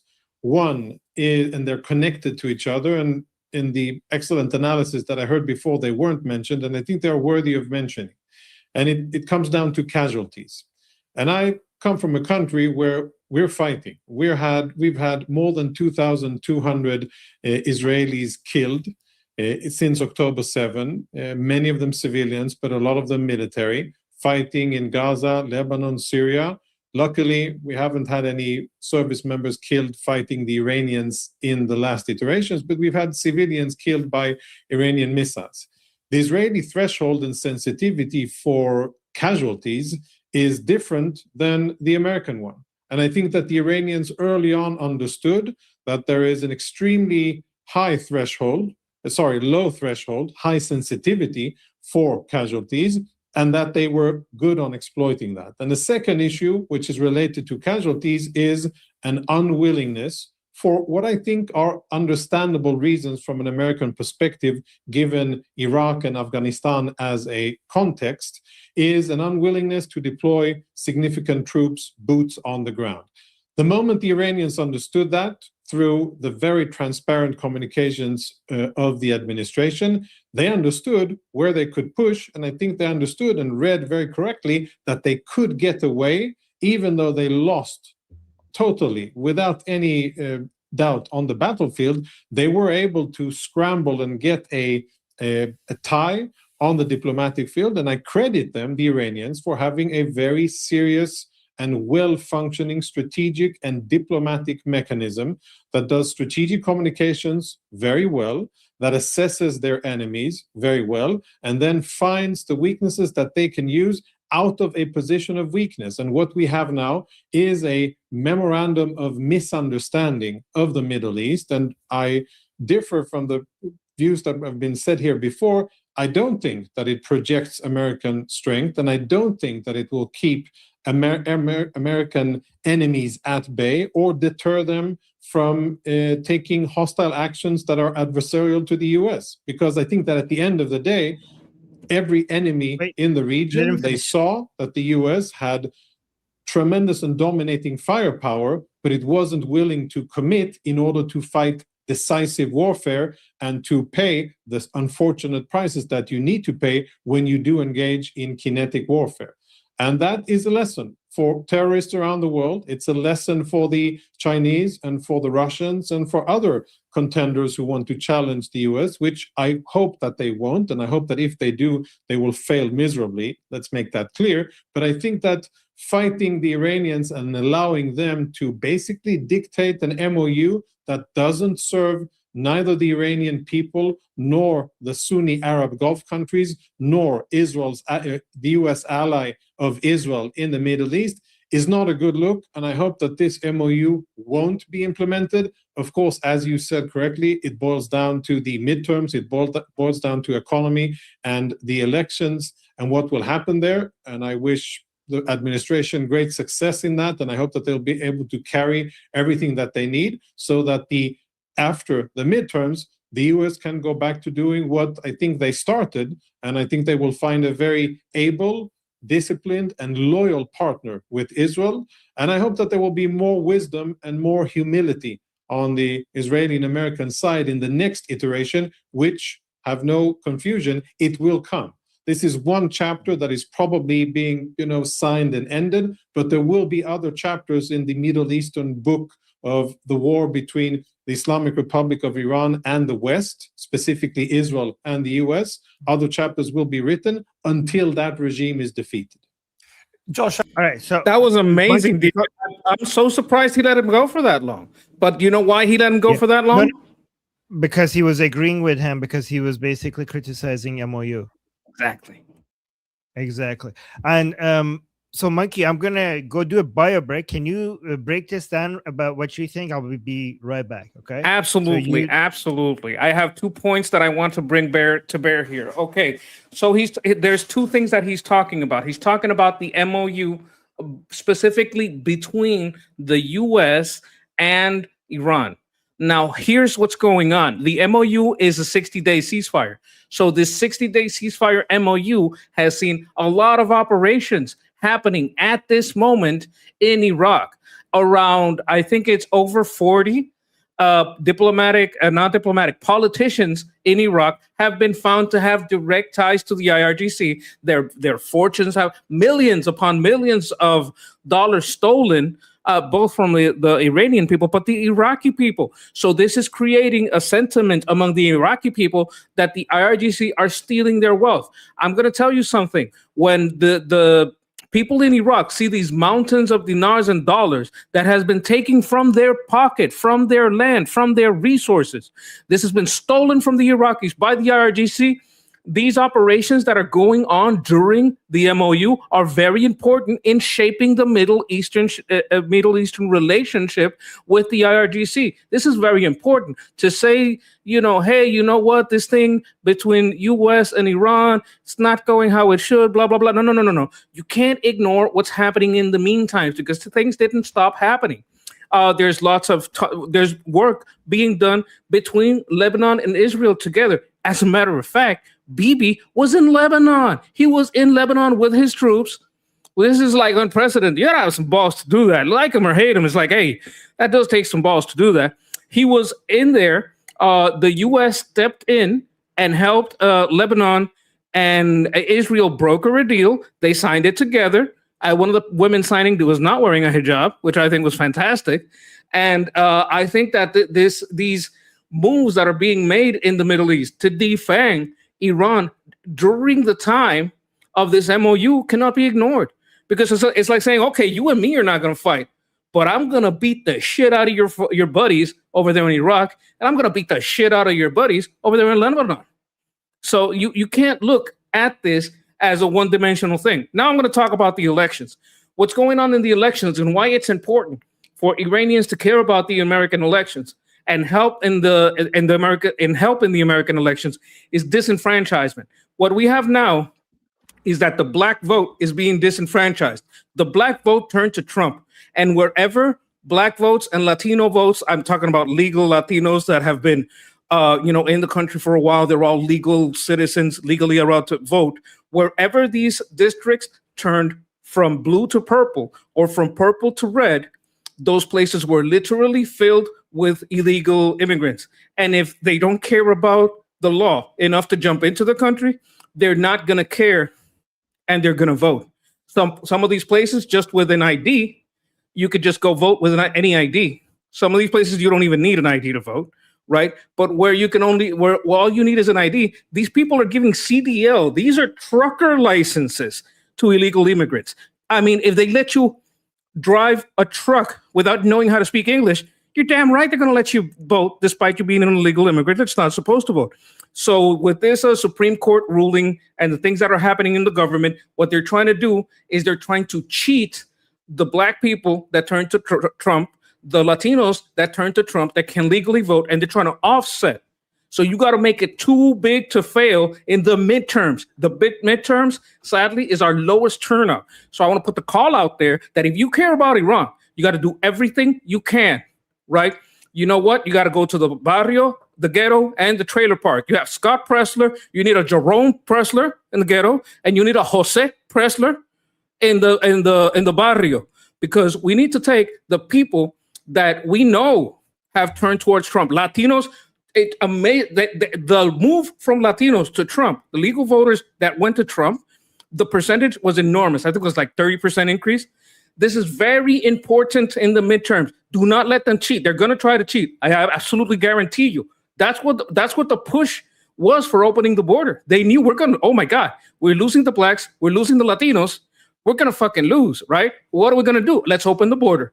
And we'll stick these illegal immigrants everywhere in every state that turned from blue to purple and purple to red. That's the game that's being played here. So it is imperative upon you, if you're a person of Iran, if you're an American that just want American interests to improve, if you're a family person, if you are worried about what's going on in the Middle East because you realize that global commerce is global commerce and we can't just ISO-cuck ourselves into being in a weaker position.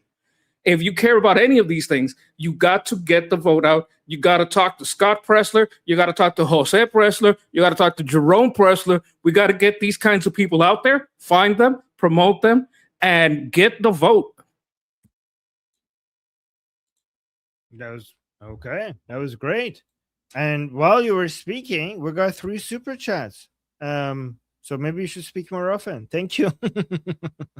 So we got Fleshy Interloper with a super chat. Thank you so much. Say one more luck. And then we had, thank you, Fleshy. So thank you for the super chat and for the luck. And look at this, Fleshy. You started a chain reaction. Oh my god, and you got us to our goal. Thank you. Look at this. Fleshy, you started the chain reaction. And Sayed with a super chat. Thank you. Saying, I wish you both, Armin and Grease Monkey, great success. You guys are awesome. Oh, thank you guys. And we got confetti in the chat. Thank you. It's a guys. pleasure to be of service. Thank you. Oh wow, look at all the support we just got. I'm 76 smart monkey. Oh, thank you, Saya. Thank you, Fleshy Interloper. And Fleshy Interloper with another super chat saying was supposed to be one more for luck. Oh, that one. One more for luck. Well, okay. Well, we got all the luck. Look at this. We got like a chain super chat after you did that. So it was a lucky super chat. And then Nyla with a beautiful name. I also used to say Nila, and now that I know it's Nyla, like, oh my god. You know, I want to. Your name is so pretty. I want to have a daughter and call her Nyla. Nyla is saying, I hope everyone has a great week. Well, thank you, Nyla. Thank you. Thank you. That's very sweet. And Sayed saying one more for the confetti. Yes, thank you, Sayed. And then Nina also with a super sticker. Wow, what happened all of a sudden? Thank you, guys. Thank you, Nina. Thank you, Sayed. Thank you, Nyla. Thank you, Flesh Interloper. You guys are amazing. Thank you. Yes, we are below replacement rate. We need more children being born. So if you can get on that, that would be great. You know, I don't want to be too pushy, but you know, Monkey, get off my back with my my families. Get off my back. Good people should make good people. No, it's for security reasons. I shouldn't be talking about that for Saturday. Oh, I understand. I was more joking than anything. Yeah. Yes. Thank you, though. Yeah, I agree with you, though. I agree with you. Yeah, have baby 3 at the minimum. I do believe in that, though. Yeah. Oh, Nina is saying I did my part. Yes, you did. Thank you. Wait, in babies or super chat or both? Okay. Hopefully both. Okay. Hopefully both. Thank you. All right, let's continue. Just finally, Donald Trump. This was last year. Around the time of the 12-day war. It's not politically correct to use the term regime change, but if the current Iranian regime is unable to make Iran great again, why wouldn't there be a regime change? Did you see the sneaky thing he did there? Iran great again was what he posted. What did he do? What did he do? Tell us. He says it's not politically correct to say regime change.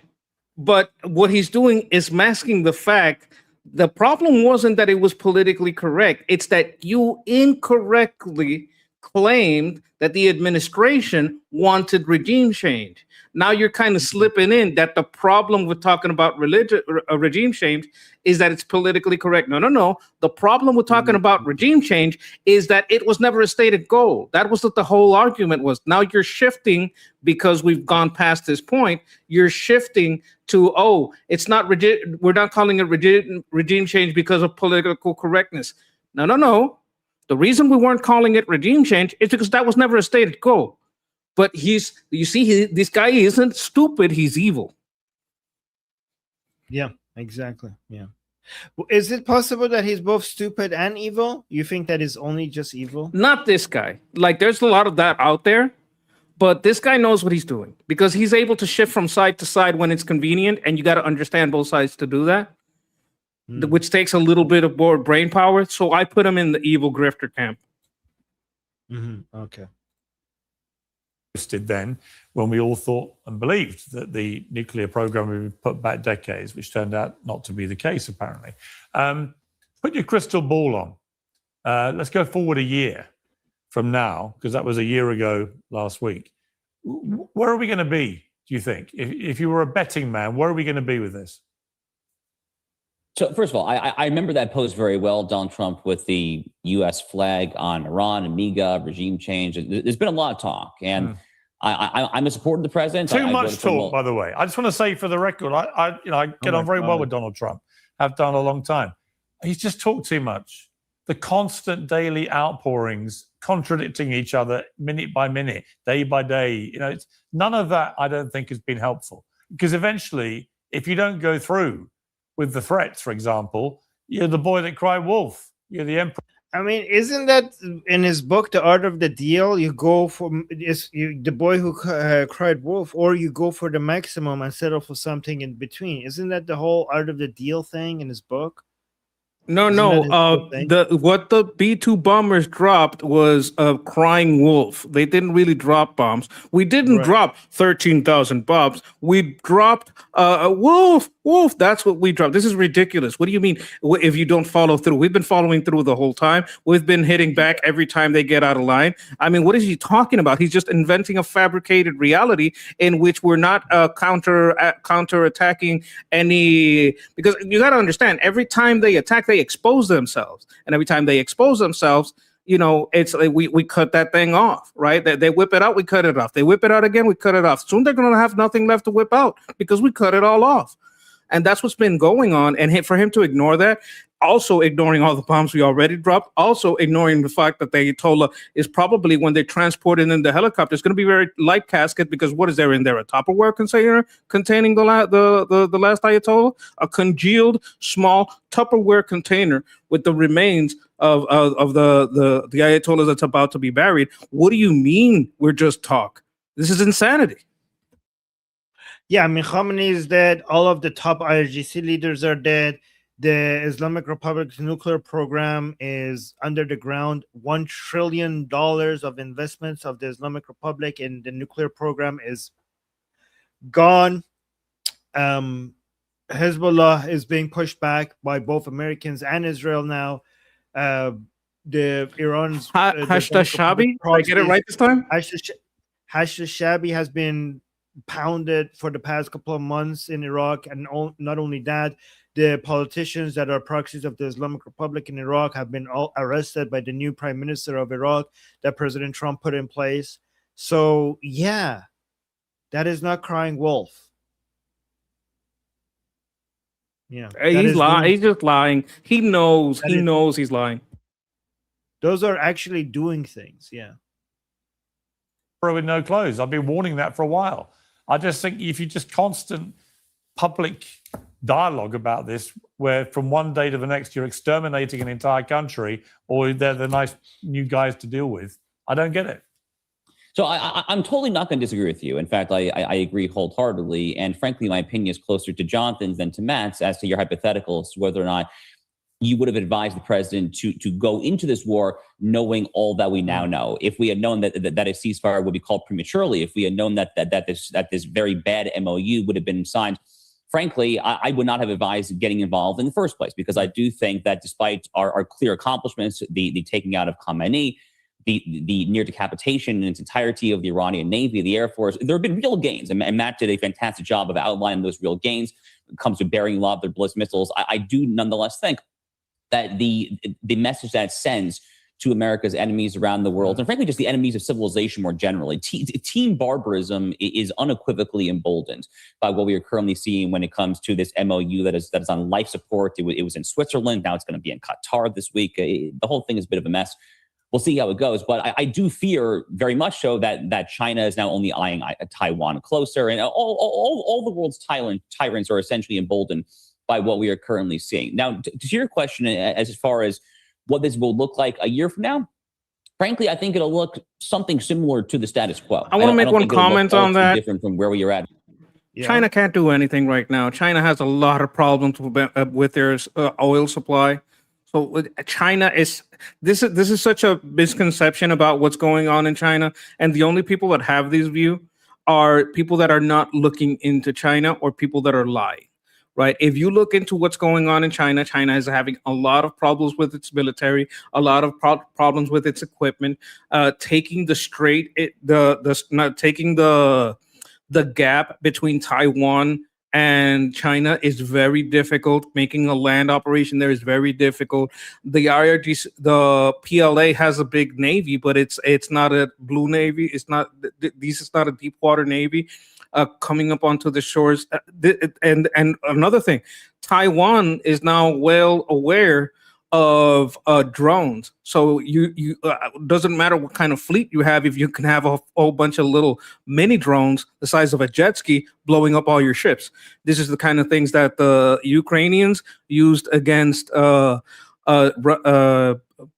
boats. So this is a misunderstanding and a false claim, or I think it's deception about the capabilities of China right now. China has a whirlwind of trouble. And to claim that China is going to be eyeing Taiwan closer because America is weaker or China is stronger because of this engagement is ridiculous. They can't even sell weapons anymore because their weapons failed in Syria, they failed in Iran, they failed in Venezuela, they failed all over Africa, failed in Myanmar. I mean, no one wants their weapons anymore. That's one industry that's closed. We've closed off about 40% of the trade we have with them, and we've started friendshoring and onshoring the stuff that we used to get from China. So China's getting stronger because of this. Ridiculous. This guy's lying. Okay. Lior is back.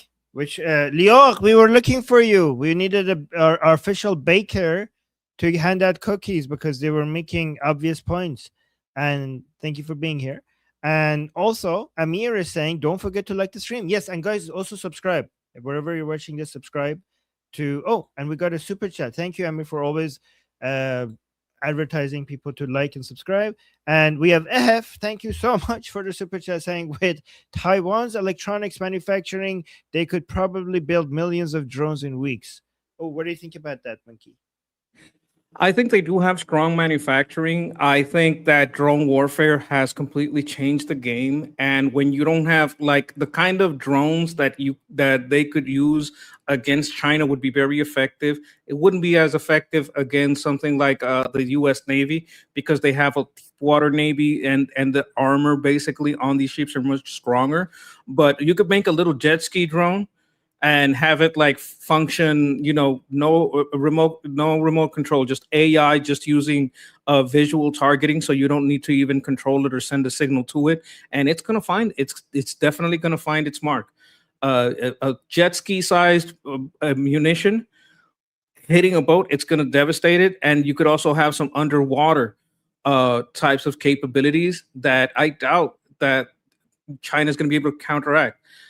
We're not even talking about airborne drone munitions and other types of equipment that we have sold to Taiwan. We have an obligation to Taiwan within the U.S. law. Like, this isn't even like an option. Within the U.S. law, we are obligated to help them out. This is not something that a president can just ignore, right? So, and we are funding them. We have to, look at how much we're funding them. We're asking them to, hey, buy more guns, like you need them. So you guys got to get it together with your budget, because if you're saying you don't need guns, you're saying you don't need us. So we could just step back, right? But they don't want that, so they're going to buy more guns and more weapons and more, weapon systems. They don't really buy guns. But what I'm talking about is there's a connection there with Taiwan, with Ukraine, and with the peoples that are aligning themselves against these totalitarian regimes that don't allow people to rise through their free markets and their ingenuity. Their oppressive top-down regimes are just going to be falling all over the place as they have been falling all over South America. I think we're at the cusp of a new age as far as understanding who is in power and what's going on here. And I think Iran, the liberation of Iran is going to be a big turning point, not a little one, a big one. And it's very important to pay attention here and see how this game is played, because Putin's criminals, the criminal state of Putin, and the Chi-Coms, the Chinese communists, because there's great Chinese people, there's great people in Russia, but Putin's criminal state and the Chi-Coms, the Chinese communists that are funding and supplying Iran, have been against us through Iran. Iran has committed, some of the largest killings of Americans of an active state. Like, and not since Vietnam have we seen anything like it. And it's about time that they got theirs. The IRGC. All right. Thank you for that. Let's go to JD Vance. What about that? Like, he has he had this interview. There's clips from it. You want to know my take? I think he allows Trump to play to the ISO rights. ISO cucks, and to the unipolar right. So we basically have two rights. If I'm gonna be like, well, let's not insult them. Let's try to win them over. You have the ISO rights and the unipolar right. The ISO right says it doesn't matter if we're the number one as long as we're by ourselves. The unipolar right says, no, we have to project our strength or it's going to cost us. Right. So Vance plays to one side, Marco plays to the other. That lets Trump sit back and get votes from both sides. I think you're completely right. I think President Trump is, instead of taking one side, he's trying to keep all sides by basically putting both of these out there, Rubio and Vance out there. And instead of leaning completely one way or another, he gets to basically keep both of them. But obviously I'm against one of these groups and I support the other one, right? That doesn't change our calculation that we are. I mean, I don't know if it's true with you, but I'm against JD Vance's side and I'm for Rubio's side. I'm for him if he's just for votes, as long as this doesn't turn into like a running theme. Hey, if everything changes after the midterm, I'm like, hey, good job. No, I'm against JD Vance. No matter what, if this is for votes, I don't care. Like I'm against the people with those opinions. So those are, I understand why a politician needs to do politician things, but me as a person that stands for certain views, I'm against those people and what their votes represents. You know, so I'm speaking as a activist fighting for the right ideas. I understand that the position of a politician that needs to win elections is different. They're playing a different game compared to me. Me, as an activist, I'm against everything that JD Vance represents. I mean, I don't know if everything, but many things that JD Vance represents. Does that make sense? Okay, so let me point this question to you. Let's say he wins these people over, right? And they're going to listen to him, and he has said these bad things, and they're on his side, and they're listening to him, right? Let's say the midterms pass, and then he starts telling these people, you know what? Maybe I was wrong about this. Maybe Israel is great. And he starts turning these people into pro-unipolar, pro-Israel, anti-RDC, anti-deal, because the midterm is over. And then he's just taking the people that had these views that he like used for votes, and then he turns them toward the light. Then you're going to say, you know what? At the time, I was right to go against him. Now I kind of see, I like where this is going better. Would you grant that or no? Well, I mean, if somebody says eating a shit sandwich is good, and then I like fuck that shit, and then tomorrow they say, well, actually eating a shit sandwich is bad, will I be against them when they're saying eating a shit sandwich is good? And then when they change their view and they say, actually, it's not a good idea to eat a shit sandwich, I'm going to like, okay, now I agree with you. I mean, that's going to be true with everybody. It doesn't matter if it's him or anyone else. If somebody says Islam is good, I'm going to like, well, that's a shit take. I disagree with you. And tomorrow, if they say Islam is garbage, I'm going to like, okay, now I agree with you. That's not true about JD Vance. That would be true with everybody. So we're going to recommend that JD Vance at some point, hopefully soon, stop selling us shit sandwiches. Anybody who stops selling us shit sandwiches, I will start supporting them if they have something good to offer, right? Like not just him, right? But while they're selling us shit sandwiches, I will be aggressively against them while they're doing Me too. I hate his takes. Yeah. Let me see. Well, maybe he was. I haven't watched this. This was sent to me to review, right? So I have no idea what he's going to say, and I'm going to be open-minded. Maybe once this is only 37 seconds, and maybe when I play it, I will be like, okay, you know what? That was a pretty good take. Let's see what he says. I'm not saying they're going to, I can't predict, of course, the future, but so one, there were scheduled talks, really technical talks building on the negotiation that we've already had. Those are definitely happening tomorrow.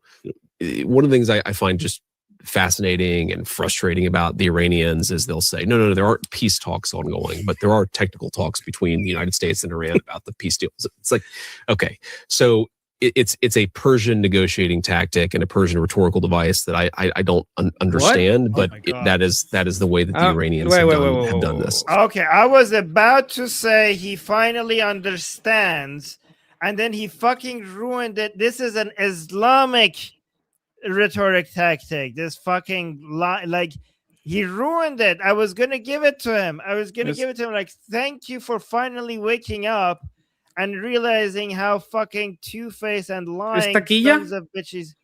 Yeah, it's like I was gonna be like, okay, he's waking up. He's finally realizing that these motherfuckers are never honest with you, are always gonna misrepresent what's happening. Finally, he's understanding that you cannot, like, these are a kind of different creatures that you cannot really negotiate with in good faith. I was like, I'm gonna use this opportunity for me to basically praise him for finally understand something that we have been trying to explain to these fuckers for the past couple of decades. But then he like ruined it. Persian, what the fuck is Persian about this? Oh my god! I bullshit. He's full of shit. Yeah, he's what the? He ruined it. I was gonna give it to him. Unbelievable. Look at this last part. Ongoing, but there are technical talks between the United States and Iran about the peace deal. It's like, okay, so it's a Persian negotiating tactic and a Persian rhetorical device that I don't understand, but that is the way that the Iranians have done this. Okay, okay, Monkey, you're an expert at this. Is he retarded or evil? Look, sometimes people are so full of shit that they're redundant, right? Like it's shit on shit. Like he's shit on a stool. He's on a stool right now. Shit on shit. He's so full of shit that it's redundant. Oh my! He says, "I don't understand this." Yeah, you clearly don't. And this then is why are you the mediator if you don't understand? Look, I think someone said this in the chat. Texas said it's like the third time he says he doesn't understand the Middle East. Then where the fuck are you the negotiator then? You know, this was our problem with Witkoff and Jared Kushner, right? They at first they come in like, I don't know why the Israelis can't just negotiate with these people, right? Can't we just have peace? Let's negotiate with them. I think it's better to talk than have war. Guys, isn't talking better than war? Let's talk, not war, or let's not have war. And they come and they speak to them and like, holy fucking shit, these what the fuck are these people? Look, there right? it is. Texas says it's the fifth time. He says he doesn't understand the Middle East. What the fuck are you doing there? Yeah. Like, even if as a strategy, it's stupid. Because if you're trying to say, hey, you know, guys that have my line of thought, follow me. Like, if you're just being tricky, right? This is a stupid trick because you're just claiming to stupidity. I don't understand what I'm doing here. How does this work? What is he doing? This is so stupid. Yeah, but every time the new people come in and realize like, okay, these are not people that you can negotiate with, then the next person come like, I got this. I don't know why you guys could not negotiate with them. I got them. Let me negotiate. And they come in and they come like, I'm so confused. Why are they doing this? Why are they lying? Why are they being so dishonest? Like every fucking time, like people are telling you that, guys, listen to people who have experience with this. These are not people that you could negotiate with. And like, no, you just want war. You're a warmonger. Let me do it. I will negotiate with them. And then they come confused. And then they're going to send the next guy. And then the next guy that thinks that with zero experience, they know how to deal with these negotiations. When did he go to Pakistan? This was like over 2 months ago, I think. Yeah, I think so, yeah. So it's been 2 months. You haven't gotten the gist of it yet. You're supposed to be the vice president. You got to be quick on the ball for this. You got to be like, you're a heartbeat away from the president's office, and it takes you this long to understand what's going on with these people.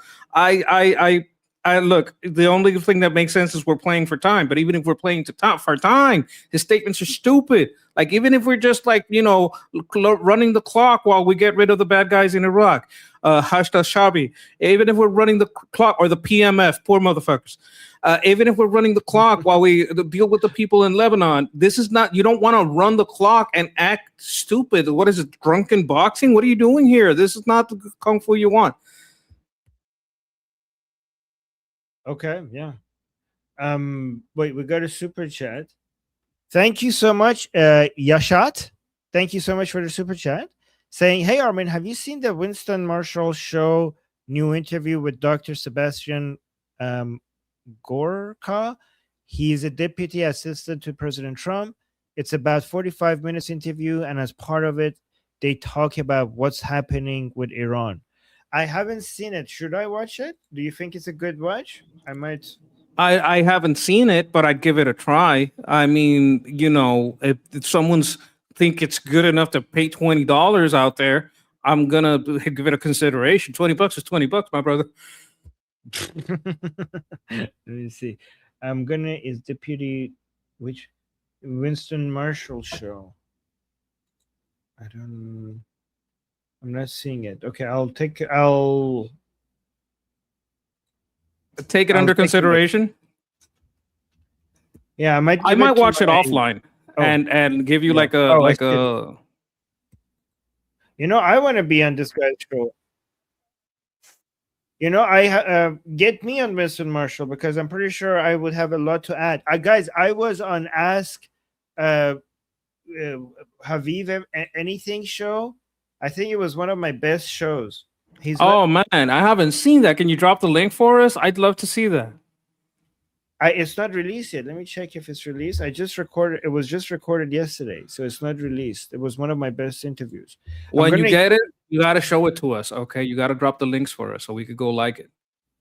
Yeah. Okay. I will. But also Winston Marshall, I want to get on his show. How do I get on his show? Somebody get me on his show. Right. I'll give it a watch. And let me take a screenshot of this. I'll give it a watch and see what's up with that. Okay, yeah, give it a watch. Tell me what you think, and thank you. All right, let's go to the next JD Vance. Is this the same clip? Let me see. I think this might be the same clip. I'm not saying they're gonna, I can't predict, of course, the future, but so one, there are talks. There were scheduled talks, really technical talks, building on the negotiation that we've already had. Those are definitely happening tomorrow. One of the things I find just fascinating and frustrating about the Iranians is they'll say, no, there aren't peace talks ongoing, but there are technical talks between the United States and Iran about the peace deals. It's like, okay, so it's a Persian negotiating tactic and a Persian rhetorical device that I don't understand, but that is the way that the Iranians have done. It's Islamic. It's Taqiyya. Go look it up, you fucking idiot. Also, by the way, this is exposing the Islamic Republic. When they're saying that they're negotiating in Doha, they are negotiating in Doha. They are.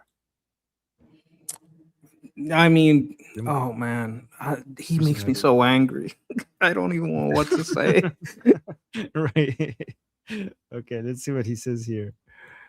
So I think what the president has told us to do is use this MOU to sort of refill the world's oil economy, to refill some stocks, and then to see where the hand is. And so I think what the president has told us. You know what? I like that. Yeah. That means this one I like this one. This is a good plan. So basically, let's just lower oil prices, and then after that, we'll see where we are, and we might go fuck them up after, right? That sounds. When does the MOU end? When is the 60-day period over? Do we know? 60-day. Here's the thing. I don't think the 60-day is relevant. Okay, because you could extend it, you could shorten it, you could ignore it. I think the actual time that we need to look at is the midterms and how long it takes for the United States to restockpile its missile interceptors. Those are, I think, that's the timeline that we're looking at. I think the 60-day could that's flexible. Well, I know it's flexible, but they must have set that date with a goal in mind. So I'm thinking maybe 60 days is what they need for the resupply. So let's say, like, just spitballing here, brainstorming, 60 days what they need for the resupply, and that's why they set that date. It's not really about peace with the IRGC or anything like that. When is that date? Because I think if you, it's important because I think it would still be August. I don't think it would go all the way to September. Also, having a 60-day timeline gives the stocks are kind of forward looking. So if everything stays stable during that 60 days, it leads to less instability in the stock market. So that might be another reason why that 60-day timeline has been maintained. Aside from a timeline for resupply, August. Okay, so in August, if you attack in August, you could still maybe even finish a new operation to weaken the IRGC further through kinetic actions, right? And maybe taking some islands, maybe not. I don't know how that's going to go, but you could still do that in August, be back out by September, and maybe not affect the stock, keep the markets kind of like maybe there's a little up and down, but still back down by September, or even in August, so that it doesn't affect prices during November. What you don't want is instability and prices to go high in November, because what the people are feeling at the time to vote, that's what's going to matter. Or if you do an operation in October, right? It won't affect the market till December, because it usually takes a month or 2 months for these things to affect the market. So prices wouldn't change that much. So there's kind of things that you have to play with here with the dates. Like if you open, start and finish, you don't want 2 months to stabilize the economy. So this is kind of like October is too shaky. Yeah. This is why I'm saying September, because October is too shaky, but September is better. If you're in and out by September, that gives you time until November. You can't be in during October. I think by October, you got to be back out. And if you're only doing kinetic, if you're not having any special operations, people talk about boots on the ground, but boots on the ground is like 50,000, 60,000, 100,000 people. If we have a small group of, let's say, 5,000, 10,000 people, I wouldn't call that boots on the ground. I call that, a Sunday stroll. I wouldn't put it that lightly, but I think it's doable in and out. It's also dependent a lot on time. How much time are you there? Are you staying? That makes a big difference. But if you go in to take out some specific targets, some specific places that you have to take out personally, or get some specific people out, target some specific locations, some specific targets that you want to take out. If you do that kind of operation, take out some airports, take out whatever you want to take out. Like, I'm just brainstorming here. Don't take me like as a strategist here. I'm just like off the top of the head. You want to do anything you're gonna do by September. You don't want it to get to October. October is too close to November. Like, I would rather like anything that's gonna be done by August. Yeah, we got a generous super chat. Thank you so much, Tao Fei. How do you pronounce that? Tao Fei. Tao Fei. Thank you so much for the super chat, saying Vance is good at foreign diplomacy as long as it's normal. IRGC is not normal. It may be that Trump knows his limitations and put him out there for that reason alone. He's naive, a perfect clown to put the IRGC at ease. That, especially the last part, I agree. I do think that President Trump knows that the Islamic Republic knows that JD Vance is not interested in escalating the military operations. So if you want to keep the Islamic Republic busy, you don't send Marco Rubio, right? If you want to basically keep them busy, he's the good cop, right? Yes. Is your bad cop. JD Vance is the good cop to the Islamic Republic. So you send your good cop during ceasefire, you send your good cop forward, and then during escalation, you send your bad cop forward. And JD Vance is the good cop to the Islamic Republic. Do you understand what he means when he says normal? He's talking about NATO, talking to Europe. JD did some good speeches against them. Like, with that kind of diplomacy, he did very well. Like, that's what I'll give him. With the Pope, well, the Pope didn't survive that encounter, but with NATO, he did good.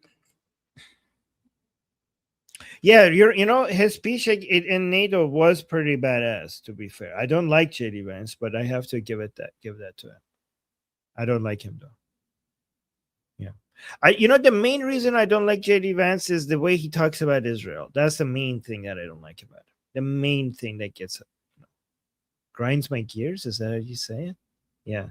By the way, Tafa, thank you so much for a very generous super chat. That's very, thank you. Really love you, homie. Yeah, thank you. That's very sweet. And then we have Kelly Fortune with a super chat saying, don't take the media's bait. Okay, don't take the media's bait on JD. I don't agree with him on everything, but I am glad we have him where he is. Trump is in charge. All this other stuff is just meant to divide us and weaken Trump. What do you think about that? I think this is closer to what I was saying at the start. You get the isolationist right, and you get the unipolar right. The isolationist right doesn't care about being the only power. It only cares about an American power, so it wants to close a deal and just get out of there, right? The unipolar right understands that this is a global economy, it's a global world, and we need to be present in global matters for our strength to be, projected and respected everywhere. So to get both of these sides, you might have JD doing some stuff, Marco doing some stuff, and if you're Trump, you get to sit in the middle and reap both of these votes in. Yeah, Kelly Fortune. But do you agree that even if that is true, when JD has bad takes, I want to respond to it, and I want to respond to it harshly, right? So don't eat the shit sandwich. You can speak against that shit sandwich. Say, hey, that's a shit sandwich. Yeah. Tell everybody. Do you see the flies on it? You guys agree. Like, whether or not there's a bigger plan here, and President Trump is in charge, and he's basically using Rubio and JD Vance where they're needed with this, where it makes sense. At the end of the day, if JD Vance is coming out and saying stuff that is not true, I have to call it out, and I have to basically push back against it. Do you guys agree with that? And Kelly Fortune, also, do you agree with that? And also the Tao Fei. Yeah, you're right. Okay, you're so right. Okay, good. I mean, come on, you cannot come and criticize Israel and not get a response for that, right? Well, it's a delusional take on what Israel is doing. Like, if he had criticism that were based on fact, that's right. But some of his criticism were just fiction. So that's where I would say, like, look, I don't know what's going on here, but I don't like it, right? Like, even when Trump, he was like inaccurate, I saw a bigger play. I saw the sarcasm, right? Like, look, this is just going to drive Israel and Lebanon together, which ended up happening. You can say it's a 64D Jenga, but that's easy when you're going after the fact and saying, no, this is what's really happened. I predicted it before, so I'm going to take my little monkey victory laugh. Take my little victory laugh, right? Because I was right about that. Okay, so Kelly Fortune is saying, yeah, it's fair to call him out on anything you disagree with. It's okay to be mad at family and friends. Just don't toss them out. I mean, I can't toss. I mean, how do we toss them like that? I wouldn't even be able to do that. We have what we have. So yeah, we have to deal with what we have. So yeah, I mean, I agree with you though. So Texas is saying there's most definitely a bigger plan. Rubio and Vance are acting their parts. They don't get to have their own agendas. Yep. I mean, they're serving the president. That makes sense. Yeah. All right. Yeah, again, someone saying, I mean, JD is playing a role. Remember, the media isn't presenting the picture. Well, I'm not, when I criticize JD Vance, I'm basically criticizing his own words. No, I'm not criticizing, for example, CNN's analysis of JD Vance. I am criticizing JD Vance's the words that are coming directly out of his mouth. So yeah, but I do agree with you. Anyways, let's see what he says here. Hopefully he says something good here. So I think what the president has told us to do is use this MOU to sort of refill the world's oil economy. Yeah. To refill some stocks, and then to see where the hand is. And then we could throw out this, we don't toss out JD Vance, but let's use the MOU to fill the global economy with oil. And then after that, we could throw out the Islamic Republic, and we could take the MOU and shove it up the Islamic Republic's ass if we wanted to. Right? I would guess that every country that needs oil is upping their strategic reserves. Like, I think that oil is down because everybody's buying and saving up. Like, if I was any country that had any type of strategic reserve, I would be filling it. If I was any company that holds any type of oil, I would be filling every reserve, every barrel, every intake I can get. I would be filling it up to the brim. And because of that fill up, that might be another thing that's contributing to oil being so, not going that up. Because if everybody's buying, right? So, I mean, there's a lot of demand and a lot of supply, so that's what it's kind of stabilizing where it's at. So everybody's buying. Like once you fill your reserve, you're gonna stop buying though. Yeah. By the way, the whole world should be thanking the United States for keeping them in mind while they're doing war with their main enemy. Like people are like, oh, United States, why are you doing this? This is hurting us. The United States could be like, I don't know, you're hurting. I'm not hurting. My economy is doing fine. But the United States is being so kind, so generous, so benevolent. It's like, okay, let's put a pause here. Go fill up your oil reserves. I'm exaggerating slightly. I think you're accurate. And then like go, and then I'll go back to it once you guys are done. So, okay. You guys need oil. Okay, I got you. I got you. Go Vance, like, go clown around, juggle in front of these fools while we get some oil out. Go juggle in front of them. You know, put a little flour on your vest, make it spit water, and do all the little clown tricks to make these people entertained while we get the oil out. So yeah, I was slightly exaggerating because Amir is saying, Armin, you think it's not USA interest? No, it is also in the US interest. Their oil reserves needs to be filled as well.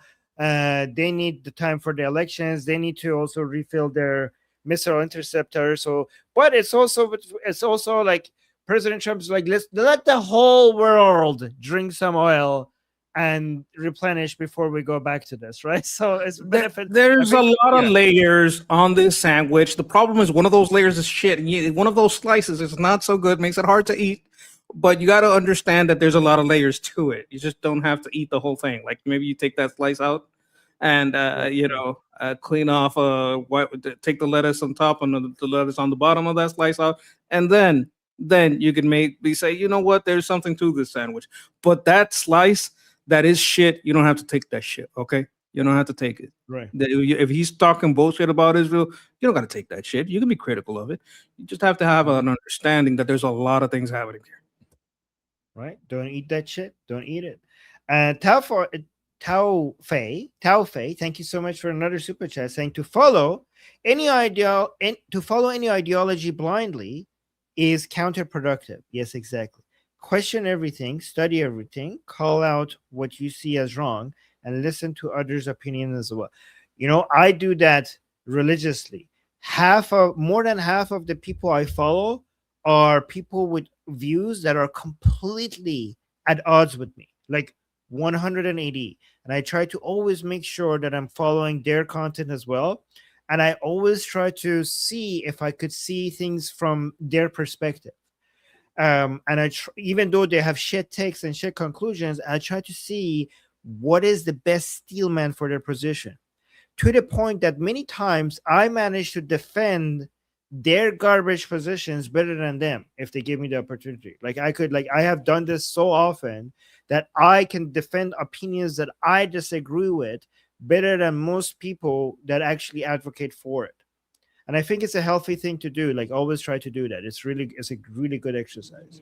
Understanding the Durka makes you a better Durka strategist than the Durka strategist.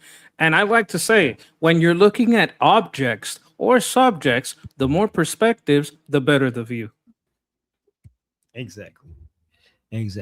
And then Jagatai with a super chat saying, Vance stealing anti-Israel voters from the left. Yeah, that's part of it. Yeah, I think so. I mean, for some people, the left is too far gone. This DSA, Democratic National Socialist, I talked about some of the ones that won in New York.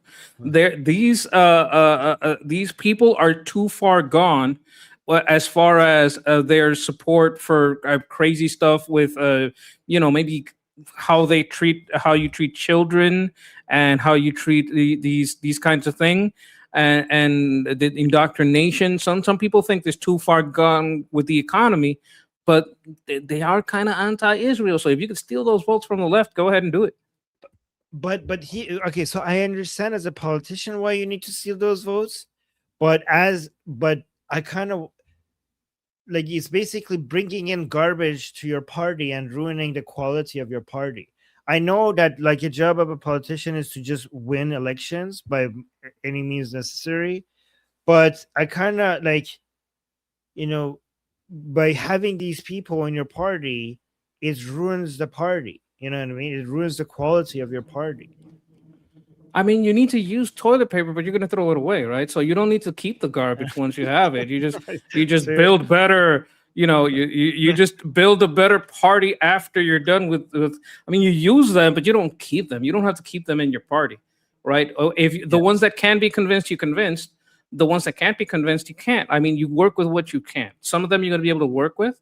Some, if they've gone far enough that they'll swing, even if it's on that one thing, on whatever one thing it is. If they've gone far enough that they'll swing, like swing voters are a strange animal, but they can evolve. You know what I'm saying? I don't want to dehumanize them. This is a metaphor. Texas Troop is a swing voter. Okay, last time you were attacking. No. But Texas Troop is being a lot. No. I'm talking about other people. This is a smart person. I've heard this person talk. This is not the swing voter. I'm talking about the swing voter that'll do it off a whim, off having a bad day. This is a conscientious person. This is a person that is analyzing the problem. The kind of swing voter I'm talking about is the kind of person that does not analyze. Like, you got to understand, there's different kinds of swing voter. It's not just unipolar. So yeah, we rule. Okay, I know you rule. Okay, calm down. Don't chimp out on me. Oh my God, don't throw bananas at me. Oh, well, actually do throw bananas at me. but calm down. It's like, don't take it personal. You're not every swing voter. You're the smart one. Okay.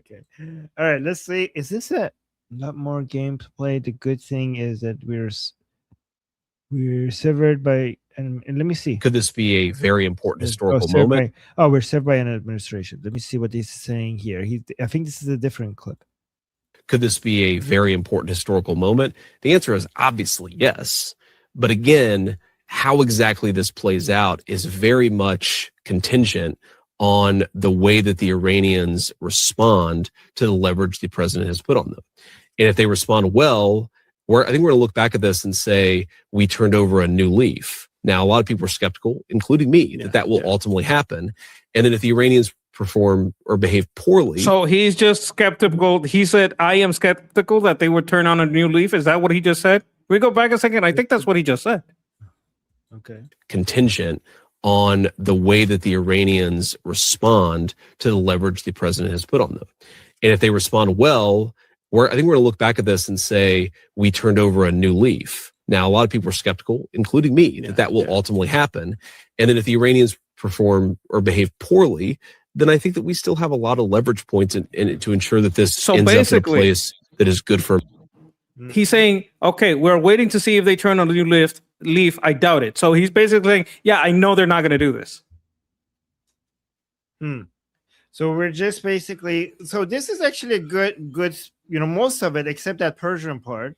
This is not that bad from JD Vance, because he's saying, like, listen, guys, the MOU, we're just using it to fill up the world with oil, and this is probably not going to work out, and we'll fuck them up anyways after, right?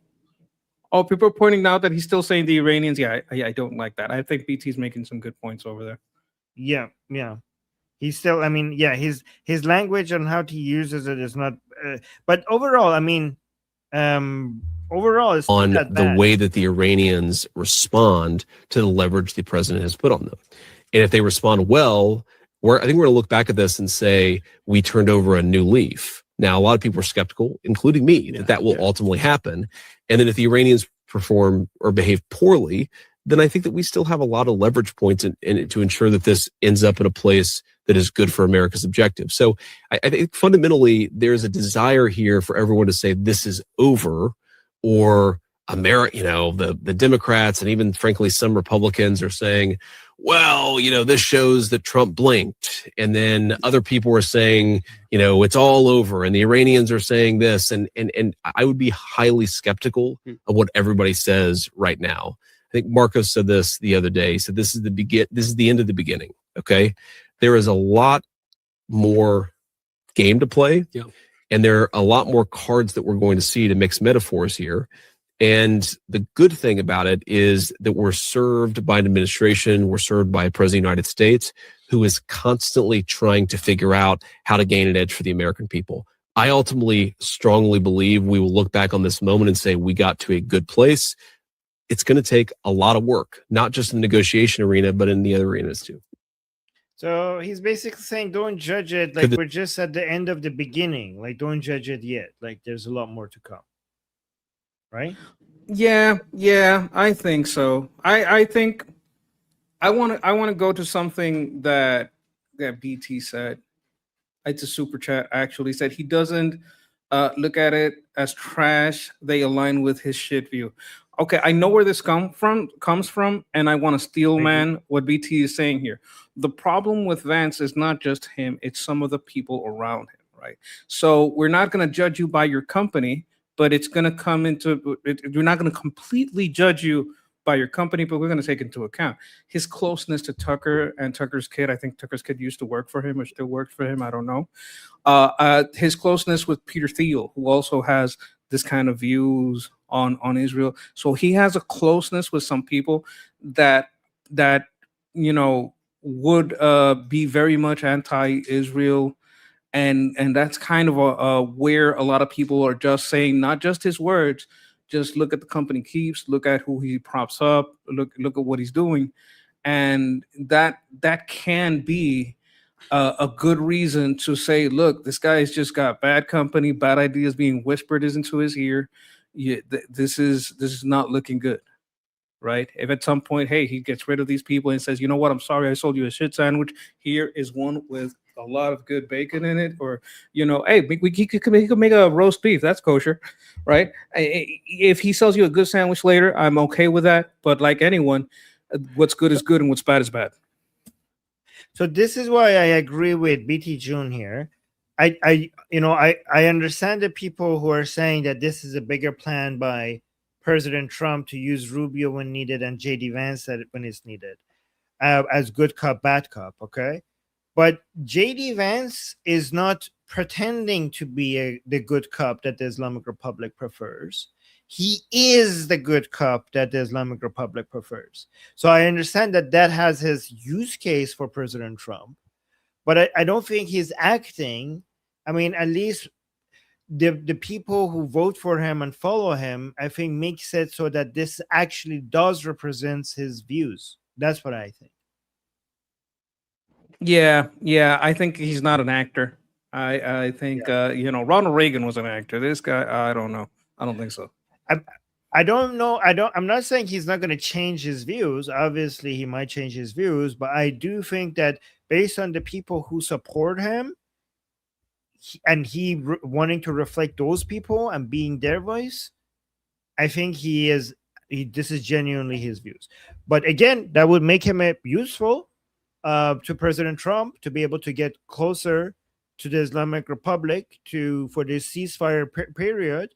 Like, if you want to do ceasefire, you don't send Marco Rubio, you send somebody where the Islamic Republic is less threatened by, right? So the fact that this is his view makes him useful to President Trump, at least for now, right? My problem with him is that he's being like factually not correct, and he can have the position he has. He can like not be super I love Israel in a way that is different. I think I could do his job better than he does. Like, why do you need to do all these things? If you want to distance yourself, if you want to broach the topic in a different way, talk about the effectiveness of this and that, you don't have to lie. There's better ways to do what you're doing. And this is my problem with it. I don't think he's acting. I also think he's ineffective. That's my problem with it, because there's a way to toe the line without being counterproductive. And I think he's counterproductive. Okay, let's see what he says over here. You know, the Iranians have not hit ships in the last couple of weeks, and the oil is flowing in the Strait of Hormuz, in part because the president made very clear that if the Iranians hit ships, we were going to hit back. So, you know, it's going to take sometimes the carrot and the stick here. But Laura, I actually think that the United States is in a great position, however the negotiation ultimately shakes out. If the negotiation is successful, which obviously we want it to be successful, you have an Iran that is permanently transformed, that's not funding regional terrorism and instability, that has permanently given up on any nuclear weapons ambition, and that as a result is Okay, that is delusional to sell the idea that the Islamic Republic will transform to the point of giving up of nuclear ambition. You could force them not to get nuclear weapons, but there's no way to change the Islamic Republic for them to give up that ambition. Like that is just retarded. Like, is he acting or is he being retarded here? Well, he did put an if in there. So like he's saying, if you don't think this happened, then it's not going to happen. Yeah, but there is no chance that is happening. I agree. If the Islamic Republic, yeah, okay. So I mean, to even If pigs fly, if pigs fly, we might have a deal. Who knows? Yeah, like guys, like maybe the IRGC will stop being such the evil death cult scumbags that are trying to take over the world and will not stop at nothing to get there. Maybe, like, we'll see. Listen, I don't know. Maybe I'm going to ride a rainbow unicorn in Narnia. You know, if these things happen, then we'll have a deal. This is crazy. This is crazy, Tux. I mean, this is to even consider that as a possibility, I think it's insane. Iranians have not hit ships in the last couple of weeks, and the oil is flowing in the Strait of Hormuz, in part because the president made very clear that if you know what would be funny next time is like, the Islamic Republic hasn't hit any ships in the past 5 minutes. I don't know. So that's I know, right? Yeah. Also, it hasn't. This is new. In the past couple of weeks, didn't they just had 2 ships? One from Panama and one. That's from what I'm saying. What do you mean 2 weeks? What do you mean past weeks? It's been days. Yeah, it's been days. What are you talking about here? If the Iranians hit ships, we were going to hit back. So, you know, it's going to take sometimes the carrot and the stick here. But Laura, I actually think that the United States is in a great position, however the negotiation ultimately shakes out. If the negotiation is successful, which obviously we want it to be successful, you have an Iran that is permanently transformed, that's not funding regional terrorism and instability, that has permanently given up on any nuclear weapons ambition, and that as a result is welcomed back into the world economy. That's a great outcome for the American people. It's a great outcome for the whole region. But Laura, if on the other hand, the Iranians don't behave, if they don't make the concessions in the negotiations that we need to see, their nuclear program is still destroyed, their conventional military is still destroyed, and the United States is still in a much stronger position relative to the Iranians. So my attitude on this. To do what? Finish that thought. Okay, they're in a stronger position to go blow some shit up. States Look, is still wait a minute. This guy is military. He knows it hasn't been weeks. It's hard to get past that lie. You're the fucking vice president. You know for a fucking fact that it hasn't been that long. You know it's been 72 hours. You got briefed on this. You're the fucking vice president. You have to be briefed on almost all the same shit the president does in case something happens. He knows it hasn't been weeks. This is what makes him weaker. Why? Because you can do this kind of messaging. You can get that kind of point that you're trying to get across without lying. But he's lying. This is what makes him weaker. Because if you have to use lies to get your point across, it's weaker. Like lying is OP in the short run, but in the long run, you lose credibility. Okay, but people in the chat are pointing and saying, "Oh, but Trump does that too." And when he does it, you don't call it lying. You call it the art of the deal and bluffing and playing mind games. So how would you respond? No. Trump is very ambiguous. That's what Trump does that pisses people off. He says this or maybe that, right? I think this. He uses this guy is stating it as a fact. He didn't say I think. He didn't. Trump is strategically ambiguous. That's the difference. This guy is placing no ambiguity, no room for error here. He's stating it as a fact that the IRGC has not, and he said Iran, that the IRGC has not struck in weeks. This is ridiculous. When was the helicopter thing? That wasn't weeks ago. That wasn't like, well, maybe, I mean, there's been more strikes than the one that we just talked about, the Ever Lovely, I think it was. And this is ridiculous. This is absolutely ridiculous. You don't have to like blatantly lie. There's no caveats here. There's no, it's just a naked lie. Okay. position relative to the Iranians. So my attitude on this, Laura, is we have all the cards in the negotiation. We obviously want it to be successful, but even if it's not successful, we've accomplished the core mission, which is to ensure that the Iranians never have a nuclear weapon. In other words, it's a win-win outcome for the American people. And I think because of that, what you see in the room, Laura, is I think evidence of a real push and pull in their system.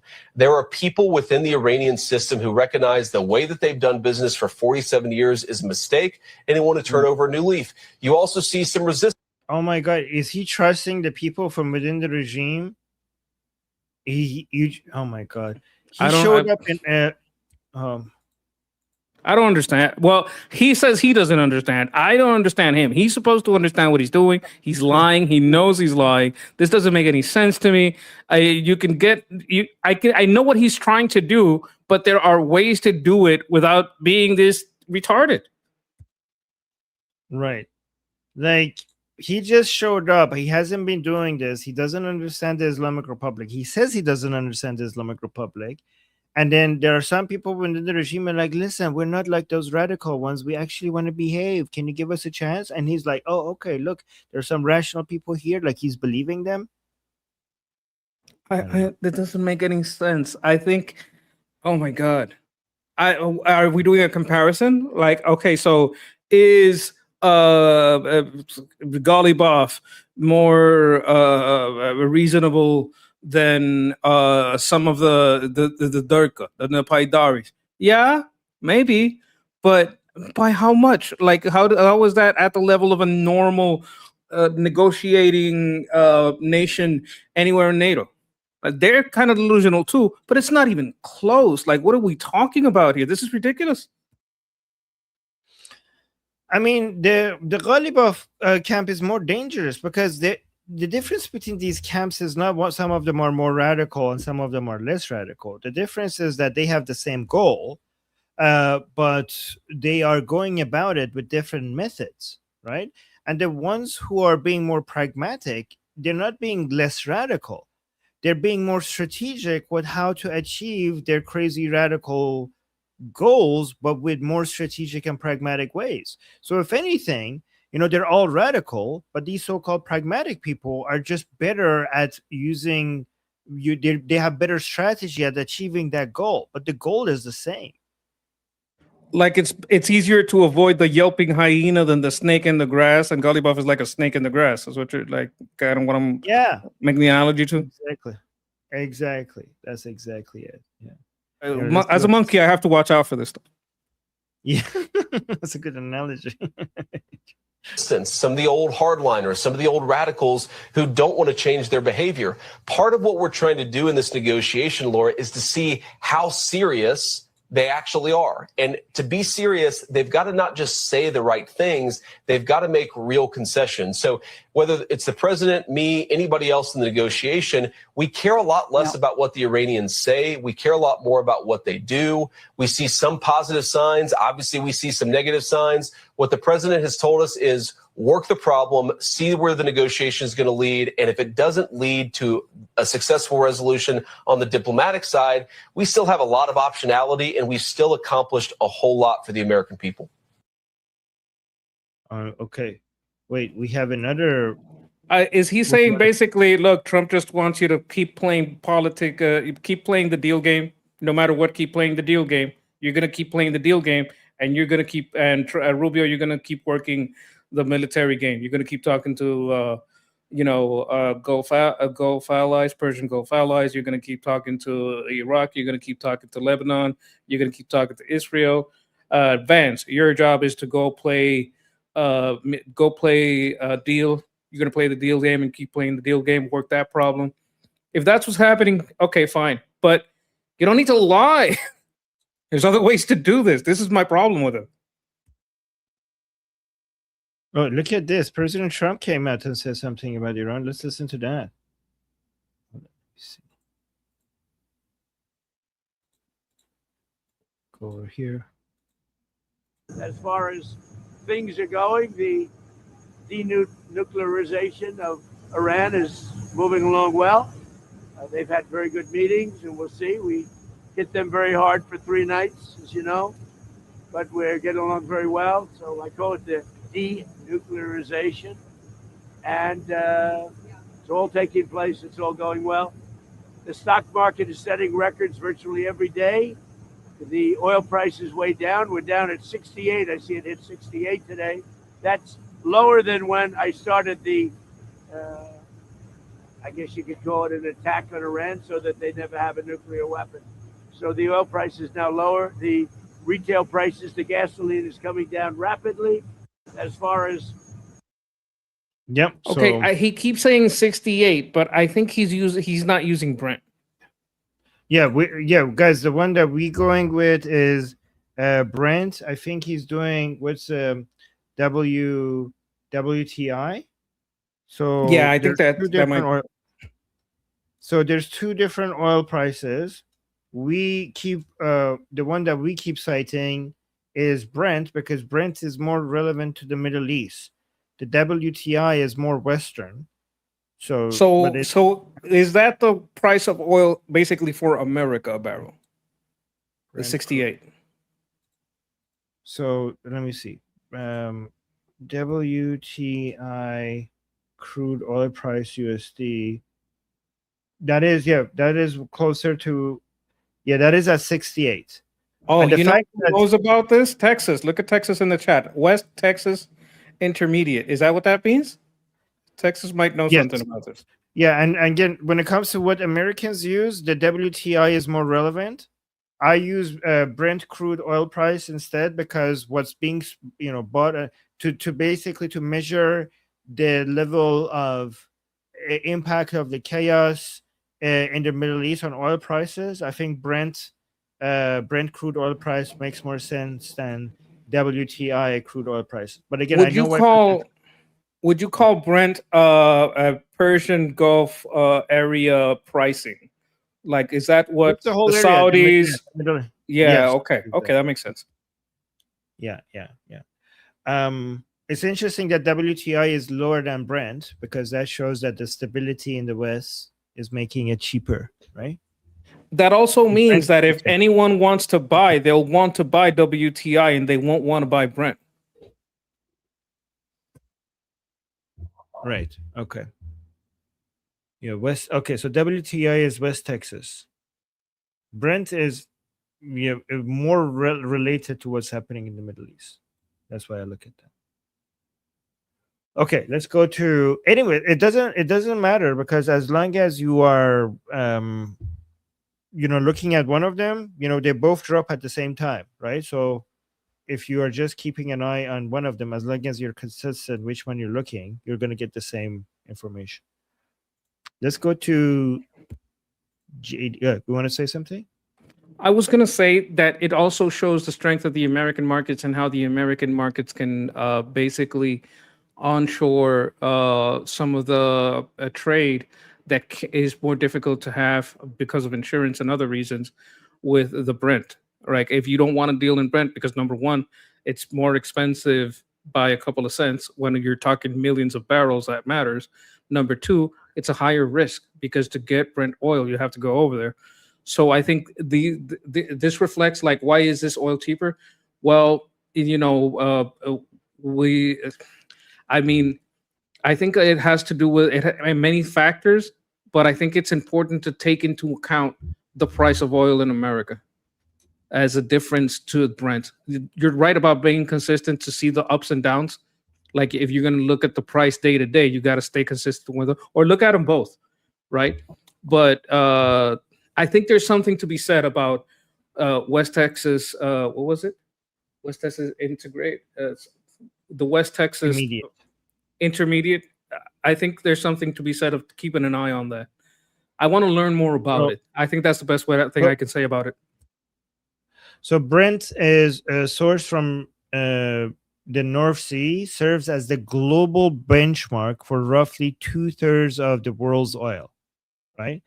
WTI, which is West Texas Intermediate, that's sourced from U.S. landlocked fields, primarily in Texas, serves as the U.S. benchmark and is slightly lighter and sweeter than Brent, right?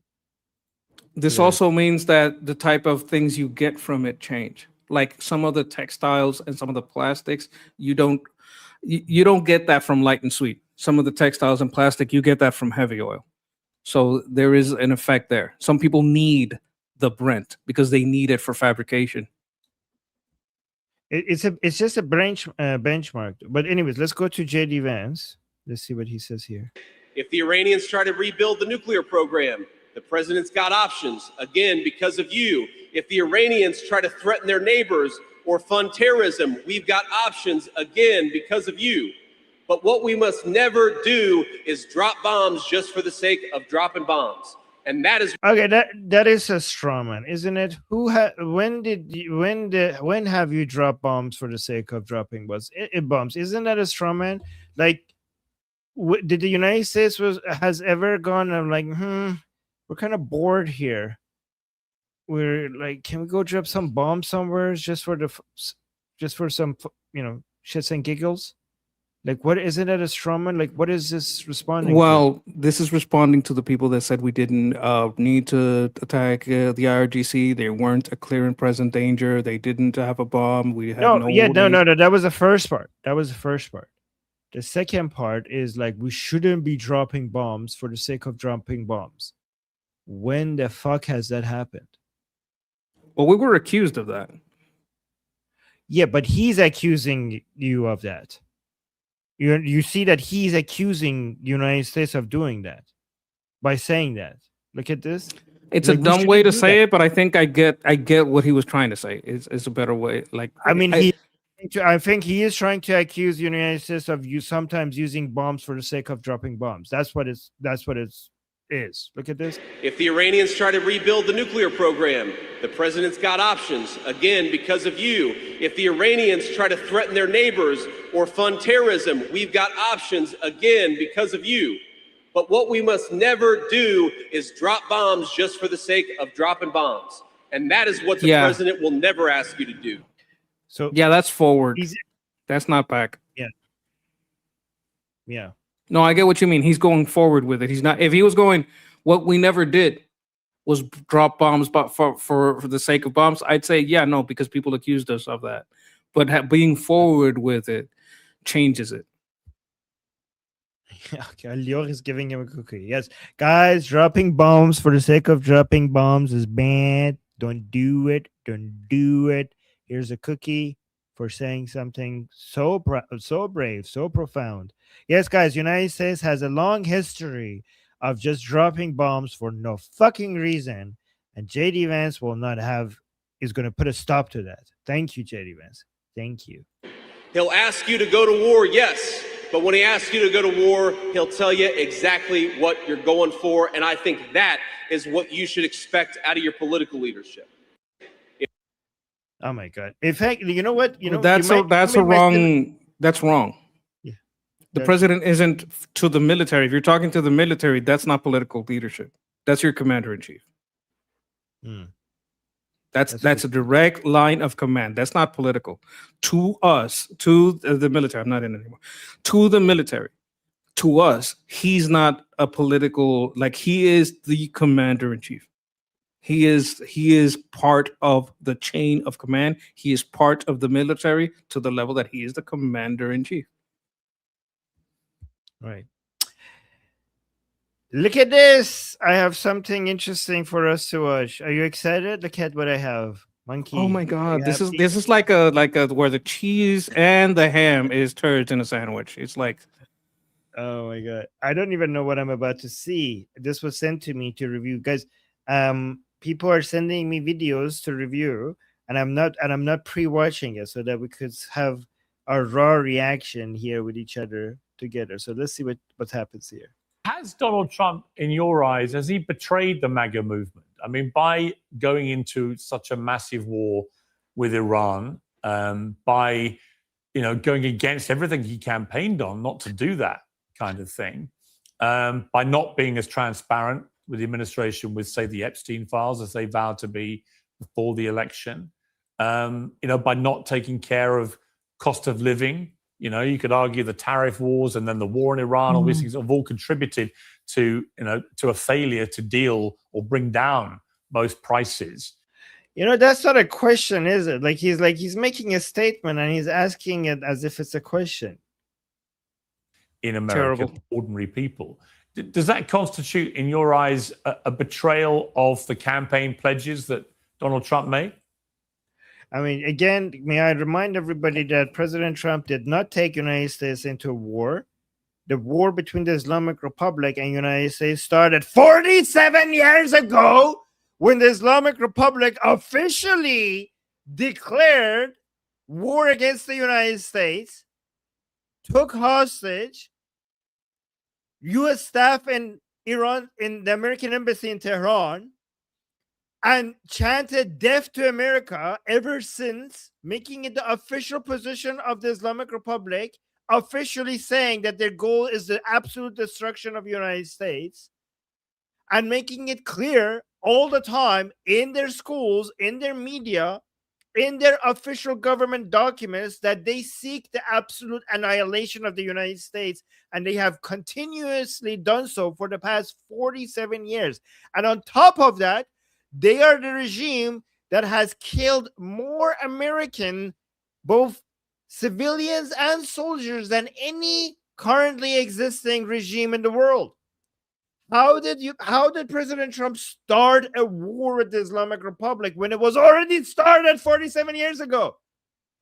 I'd just like to point out that what he did there, it wasn't a question. Well, it kind of was a question. He made a long statement that framed where he wants to go with the conversation, and then asked her to say yes to this a presupposed statement.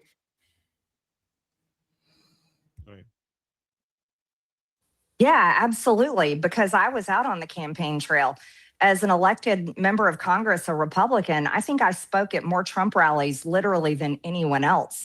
And so I was there. I heard the campaign promises. I was involved, and I was promising them as well. A big one of them, Piers, was every single Republican campaigned against Joe Biden and Kamala Harris and Democrats, attacking them over cost of living, inflation, and affordability. That was one of the big ones. And to me, that's a big pillar of Make America Great Again. My goodness, if Americans can't afford their costs of living and can't afford gas at the pump, can't afford their grocery bills, then that's an utter failure of Make America Great Again. But yeah, the two big ones is the Iran war. We said no more foreign wars over and over again at rally stage after rally stage. President Trump entered office as the peace president, launched the Board of Peace, made himself the president of the Board of Peace with literally no term limits. And then I say this over and over and over and over again. This is empirically provable. This is not a matter of opinion. This is not even rationalism. This is empiricism. Go study history. Go look at all the data and all the research that has been done on this. The way you get peace is by fucking crushing and destroying the people who bring war. You don't get peace by appeasing your enemy. You don't get peace by negotiating with them. You don't get peace by rewarding them for their aggression. You get ceasefires by negotiating with aggressors and bullies, sure, but you don't get long-lasting peace. The only way you get long-lasting peace is when you fucking fuck up the people who are bullying, who are the aggressors, the people who bring war.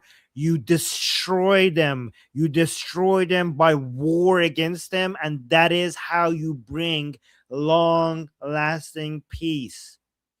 Just look at the difference between World War I and World War II. Just look at what the documents that were signed after World War I. Did that bring peace? No. That's why they call it World War I.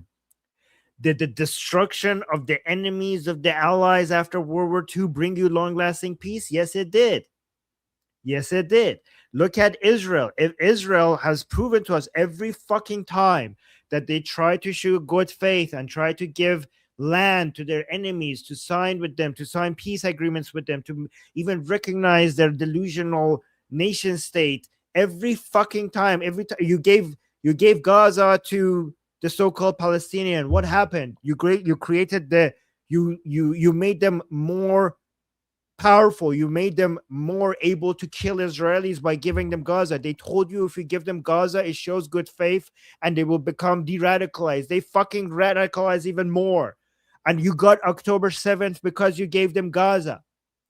Every time Israel crushed its enemies and defeated them in the battlefield until they couldn't stand up anymore, they came and signed not a peace agreement, but a fucking surrender agreement with you. You fucking crush them, then you bring them to the table to sign a surrender agreement, not a peace agreement. That's how Israel got peace. Every time Israel was pressured to give up on crushing its enemies, eventually they came back stronger and they killed more Israelis. So people are like, oh, why are you doing war? Didn't you want peace? You get peace with war. Just go study history. You get long-lasting peace by war against your enemies. You fucking win. That's how you get peace. I'd also like to point out that Marjorie Taylor Greene is a grifter. She will only serve the 5 years necessary to get a pension. As soon as that 5 years was up, she retired in the middle of the job. She didn't even quit till she was done. She just quit and took her pension. That's what she did. She's also being funded by some of the same people that Thomas Massey was being funded. I think this is known as the Mahrukh Mahmoud family. And we have Sam, Rania, Ranim. These people like to donate 7,000, 3,500, 5,000. So this person is being funded by Islamists, and she's in the same camp as Thomas Massey. Yes, she quit, but as soon as she qualified, she quit, and she did get her pension. Like I'm looking up the information here. She only served just long enough to get a pension. She got her pension, and she quit. So I don't trust this person at all. I think she's working with her self-interest, and I think she's grifting. We got a super chat from Lior saying, "Happy Canada Day, Armin June." Well, Lior, happy Canada Day to you as well, Lior. And let's save Canada from Islamization. Yay. Hopefully one day, maybe. Thank you, Leo. And yes, guys, happy Canada Day to all the Canadians. Okay. Keep hope alive, Canada. Keep hope alive, yes. All right, let's continue. It was weeks later launched into this war with Iran. So that is outrageous. That is a broken campaign promise. I don't care how many times he says Iran cannot have a nuclear weapon, and I'm not promoting that either. However, what we have seen this turn into is a war who controls the strait and working on controlling the oil prices. It's rigging the market practically every single week in and out while the bombing campaigns happen on the weekends. But you also touched on a big one, Piers, and it is the Epstein files. He was the biggest defender of the Epstein files, and he worked the hardest and put his thumb on everyone. The Speaker of the House, Mike Johnson, and the Epstein files ended up being and nothing that people said it was as exactly as they predicted. What we know about the Epstein files is that Jeffrey Epstein himself is a garbage person that deserves all the punishment, and the person that was the woman and the people who were working with him to go get those children to bring to him. Those were the people who were doing all those evil shit.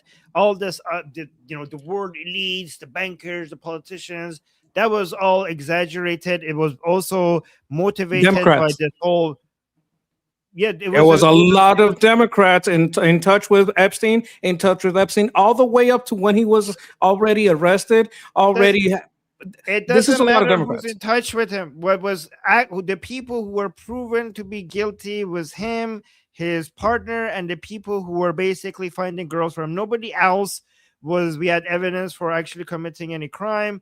In fact, President Trump and the Epstein files shows that he was helping the FBI when it comes to against Jeffrey Epstein. So just because you're on the files, it doesn't mean you're fucking guilty. President Trump was actually involved in helping the investigation against Jeffrey Epstein. But I think a lot of the motivation behind all of this fucking conspiracy theories that are making this bigger than it was because he was Jew, and it basically has all the anti-Jewish tropes with like children, controlling politicians from behind the scenes, having Claiming his leverage. Mossad. He's Mossad. It's basically, it has everything that the anti-Jewish people on the left and the right want, right? Children being abused, which has always been the main go-to with anti-Jewish conspiracies. Cannibalism. And controlling politicians and rich people from behind the scenes. That's also it has basically everything that the anti-Jewish people want. That's why they made it bigger and bigger and bigger. That's what I think it is. Look, I'll say on it, like, if you go into the documents, if you really look at it, the majority, if we're going to talk about it, okay, so this is the topic. Which were the politicians that were in touch with Epstein? It was more than anyone, Bill Clinton. There were others seeking funds, some of them serving in office, still serving or having served very recently, and in communication with him all the way up to when he was in jail, like Prince Andrew, like some of the royal people. But if we're talking about American politics, if the accusation is that he had some motivation to hide the Epstein files, no. The reason none of this came up during the Biden administration, remember, Trump, the Trump administration were the ones that put him in jail, if I'm not mistaken, right? And then he died. Okay, so during the Biden administration, they had Cory Booker. During the Biden administration, they had all these files. They did not release a single one. Why do you think that is? When we looked at the files, it's because a lot of these peoples were tied to the funding, like a lot of funders of the Democrat Party, and some of the politicians in the Democrat Party, especially the Clintons, were deeply tied to Epstein. So this is a purposeful That's true. But I just want to make sure, like, just because you have tied to Epstein, it doesn't necessarily mean that you've been fucking kids. It does. It could mean that you've been. It could mean that, I don't know. But I'm just saying, like, people, if you want to, fuck the Democrats, obviously. But I'm just saying, like, people should just wait for genuine, like, hard evidence before they accuse anybody of anything, right? That's I am talking about hard evidence. She's lying. She knows that the hard evidence points to the Democrats. Of course she's lying. I know she's lying. I know she's lying. But I'm just saying, like, when it comes to child abuse, the only people that we have hard evidence for is Jeffrey Epstein, his partner, and the co-conspirators who are going around and basically getting kids for him. Right? That's the only thing the files show. Anyways, let's see what obviously she's lying. She's a fucking liar. But let's continue. Everyone to stop the release of the Epstein files, to the point where Thomas Massey, myself, Nancy Mason, Lauren Boebert had to sign a discharge petition. Surprise, surprise. Exactly, the anti-Jewish people. Is that a coincidence, guys? Is that a coincidence that these are the same people who are anti-Jewish? With all of the same people paid by the Marouk family. Nancy Mason, Lauren Boebert had to sign a discharge petition with all of the Democrats to get it released. And, I can't leave out the Democrats. They never cared about the Epstein files until we made it an issue and they found out, this is a political problem for Donald Trump. So they don't deserve. The Epstein files made Donald Trump look good if you actually look into how he's mentioned in the Epstein file. Credit for being a champion of that issue. However, they deserve credit because they actually worked to get the files released. But Donald Trump is still fighting releasing the files. The files are not released. And that to me is shocking. We're talking about elite rapists and pedophiles. And they're how do you know that? Where's your fucking evidence? Just because, how do you know? Don't make false accusations against people unless you have hard evidence. Hard evidence. You can't just be like, they're oh my God. I don't know. This is retarded. Still no accountability and no justice for the victims. Anyways, let's go here. Okay. Let's go from one. Another point is that a lot of people were falsely accused and they were released. Yeah. And so you're lumping in the false accusations with the real ones. A lot of these accusations started when Trump came to office and claiming things about 20, 30 years ago, right? Well, yeah, at least 20 years ago is kind of wrong, especially if these people are only accusing people in a certain party. There's no evidence, and when you look at the records, they weren't even in the same state. The dates don't align with the places, didn't even exist at the time. Like there's some claims about a golf club. That golf club hadn't even been built yet, and these person are claiming that things happened there. These people were not living in the place. They're basically just making up lies. Like when you make up a lot of accusations and you don't care if they get disproven, because once the accusation is out there, it's out there. That's what a lot of what was being held back. All right, let's go to this card. You know where this is? This is in Chicago. Okay, so let's see. I thought we were watching foreign Durka. This is local Durka. This is local Durka. This is Chicago. Let's see what he says. Unfortunately, these days we don't repeat this enough, or we don't have this aqidah concept firm in our minds that Islam did not come to coexist. Islam لا يعلى. Islam يعلو ولا يعلى عليه. And Islam is raised high and nothing is raised above Islam. We can't think of Islam that it came to live with these other religions, in the sense that Islam is a religion amongst those religions, and they have a share with the truth, and they have a share of justice, and they have a share of, this worship of Allah, the correct worship of Allah subhanahu wa ta'ala. Islam came to correct all of that. Islam came to remove the oppression of all those religions, and it is the only truth, and it is the only way to justice. Okay, so basically announcing public, this is a recent video, by the way. This is, they're telling you that we're coming here to take over, to make everything Islam. That's what he's saying. This is a radical claim. This is basically a war cry. This is a war cry. They're like, no, guys, we're not here to say that we're equals to you. We're better than you, and we're here to replace you. They're saying it. And it's true. Like, that is what Islam is. As the text in the Quran directly says that. I think the only comparable of cancer virus bacteria is communism. Like these two, and Islamo-communism, when they combine, that's the worst. But each one by themselves is pretty bad. Right. This is, guys, your enemy is telling you what their plan is. Believe them when you tell you that. This is a direct, he's right. Like that's what Islam teaches. Oh, look, we got 2 super chats. Sammy, thank you so much for a super chat saying Happy Canada Day. Armin John Aziz Javid Shah. Happy Canada Day to you as well, Sammy. Thank you so much. And guys, yes, let's save Canada from Islamization and the CCP influence. The Canada needs help. Canada is being Islamized, and Canada is getting infiltrated by the CCP. So Canada needs your help. This Canada Day, just remember that Canada needs help. And thank you, Sammy.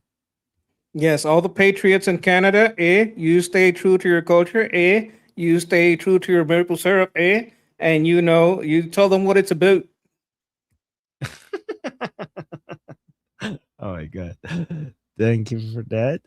All right. And then we got Fickle Nut with a super chat. Thank you so much, Fickle Nut, saying, dumb question, but if the Dems were in for 4 years, why didn't they release the files before Trump was sworn in? Serious question.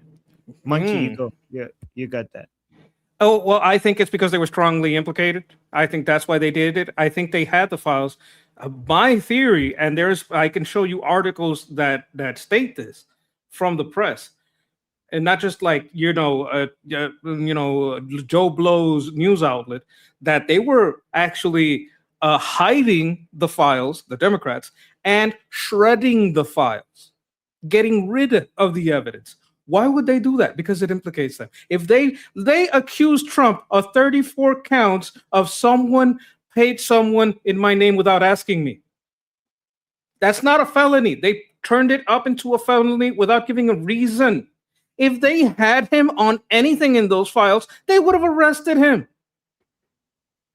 You have to understand 34 counts of someone paid someone without asking me, and they admit they never asked me. That's what they got him on. And it's a book entry. It doesn't make sense. If they had any evidence in those files, they would have used it.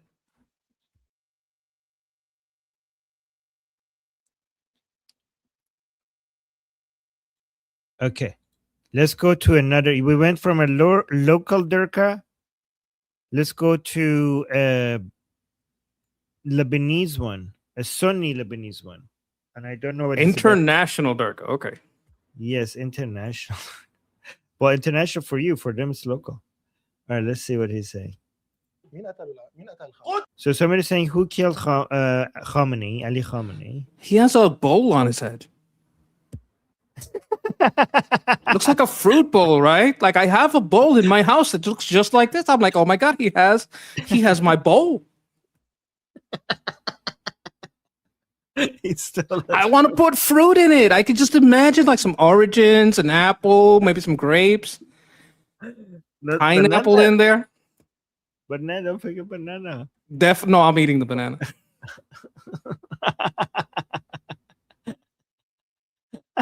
Oh my God. Anyways, wait, you know what? I don't want to read all of this. I'm just gonna read this up the main point. So it's saying Khamenei, the main point he made is Khamenei is not a martyr. He is a murderer who killed more Sunnis than Israel killed in Gaza. We have the right to seek revenge against him and his followers. Al-Shara crushed the skulls of all those big shots and restored Damascus to the Sunnis. So this is some Sunni versus Shia stuff. Hey, I haven't seen. Yeah, if he wants to crush the leaders of the IRGC, well, you know what? Alhamdulillah, inshallah. Monkey, we have to be careful, okay? Because Durka versus Durka violence, many times in the history, it seemed like, oh, okay, well, let's support that Durka that is attacking the other Durka. But it ended up long-term, it ended up backfiring, Like, for example, this whole, if they're doing it on their own without our support, like, yeah, we could like watch and celebrate, right? But we have to be careful. We're not supporting any of this Durka violence. They're doing it on their own. We're not suggesting this. We're just watching what they say. Yes, because remember, 9/11 was made possible because of United States supporting the people that eventually became the Taliban against some other, people in Afghanistan. Mujahideen? Right? Mujahideen, yes. The proto-Taliban people. I saw Rambo 3. I know. Yeah, okay. Yeah. So you have to be careful with that. Anyways, guys, I need to go eat before we go to our discussion group. So either join our discussion group and come talk to us over there. I'll put the link in the chat. Guys, make sure you subscribe to this channel and also Monkey's channel. But also, beyond subscribing to Liberty Politics and Monkey's channel, which I will give the link to you soon, make sure you join our discussion group. It's free to join. Our discussion group is free to join. There are different activities that you could do there. Some of them are open to all. Some of them are for premium and VIP members. So the link is in the chat. The link to our discussion group is in the QR code in the top left. It's also in the bio section of the YouTube channel Liberty Politics. It's right over here. But beyond coming into the group and talking to us there, you could also just watch it live, like in 20 minutes. When we go live, you could just watch it live here and just follow our group call and the discussion that we're having over there. So do one of those, right? Monkey, you're going to be there with us in 20 minutes? Monkey? Is Monkey? Monkey's sleeping. Monkey's gone. Oh, I need to promote Monkey's channel. I don't know why. he's messing- I'm going to put in the link to my channel, to your channel. Make sure it's in here, and we want you guys to head on over there and talk to us. I Yeah, will I'll- be there. Don't worry. Okay. Hold on. This is. Let me see how many subscribers you have now. Monkey's channel is at 280. So, guys, we're trying to get Monkey's channel to 1,000 subscribers. I'll put the link to his channel in the live chat. It's Motorpool Grease Monkey. So go support him so that we could get him to 1,000 so he could monetize his channel.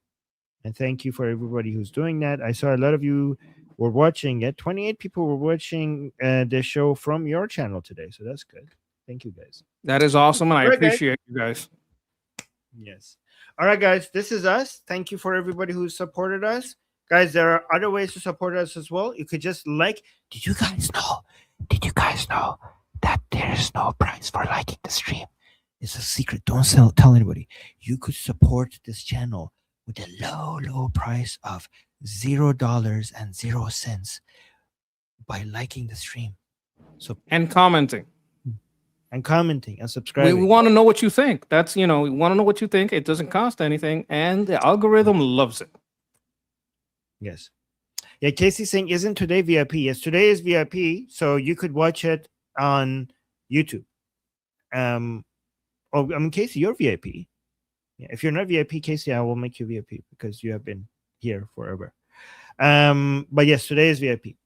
All right, so I'm gonna go eat really quickly and get ready for that. And yeah, so until 20 minutes from now, I'm gonna miss you guys. Don't cry.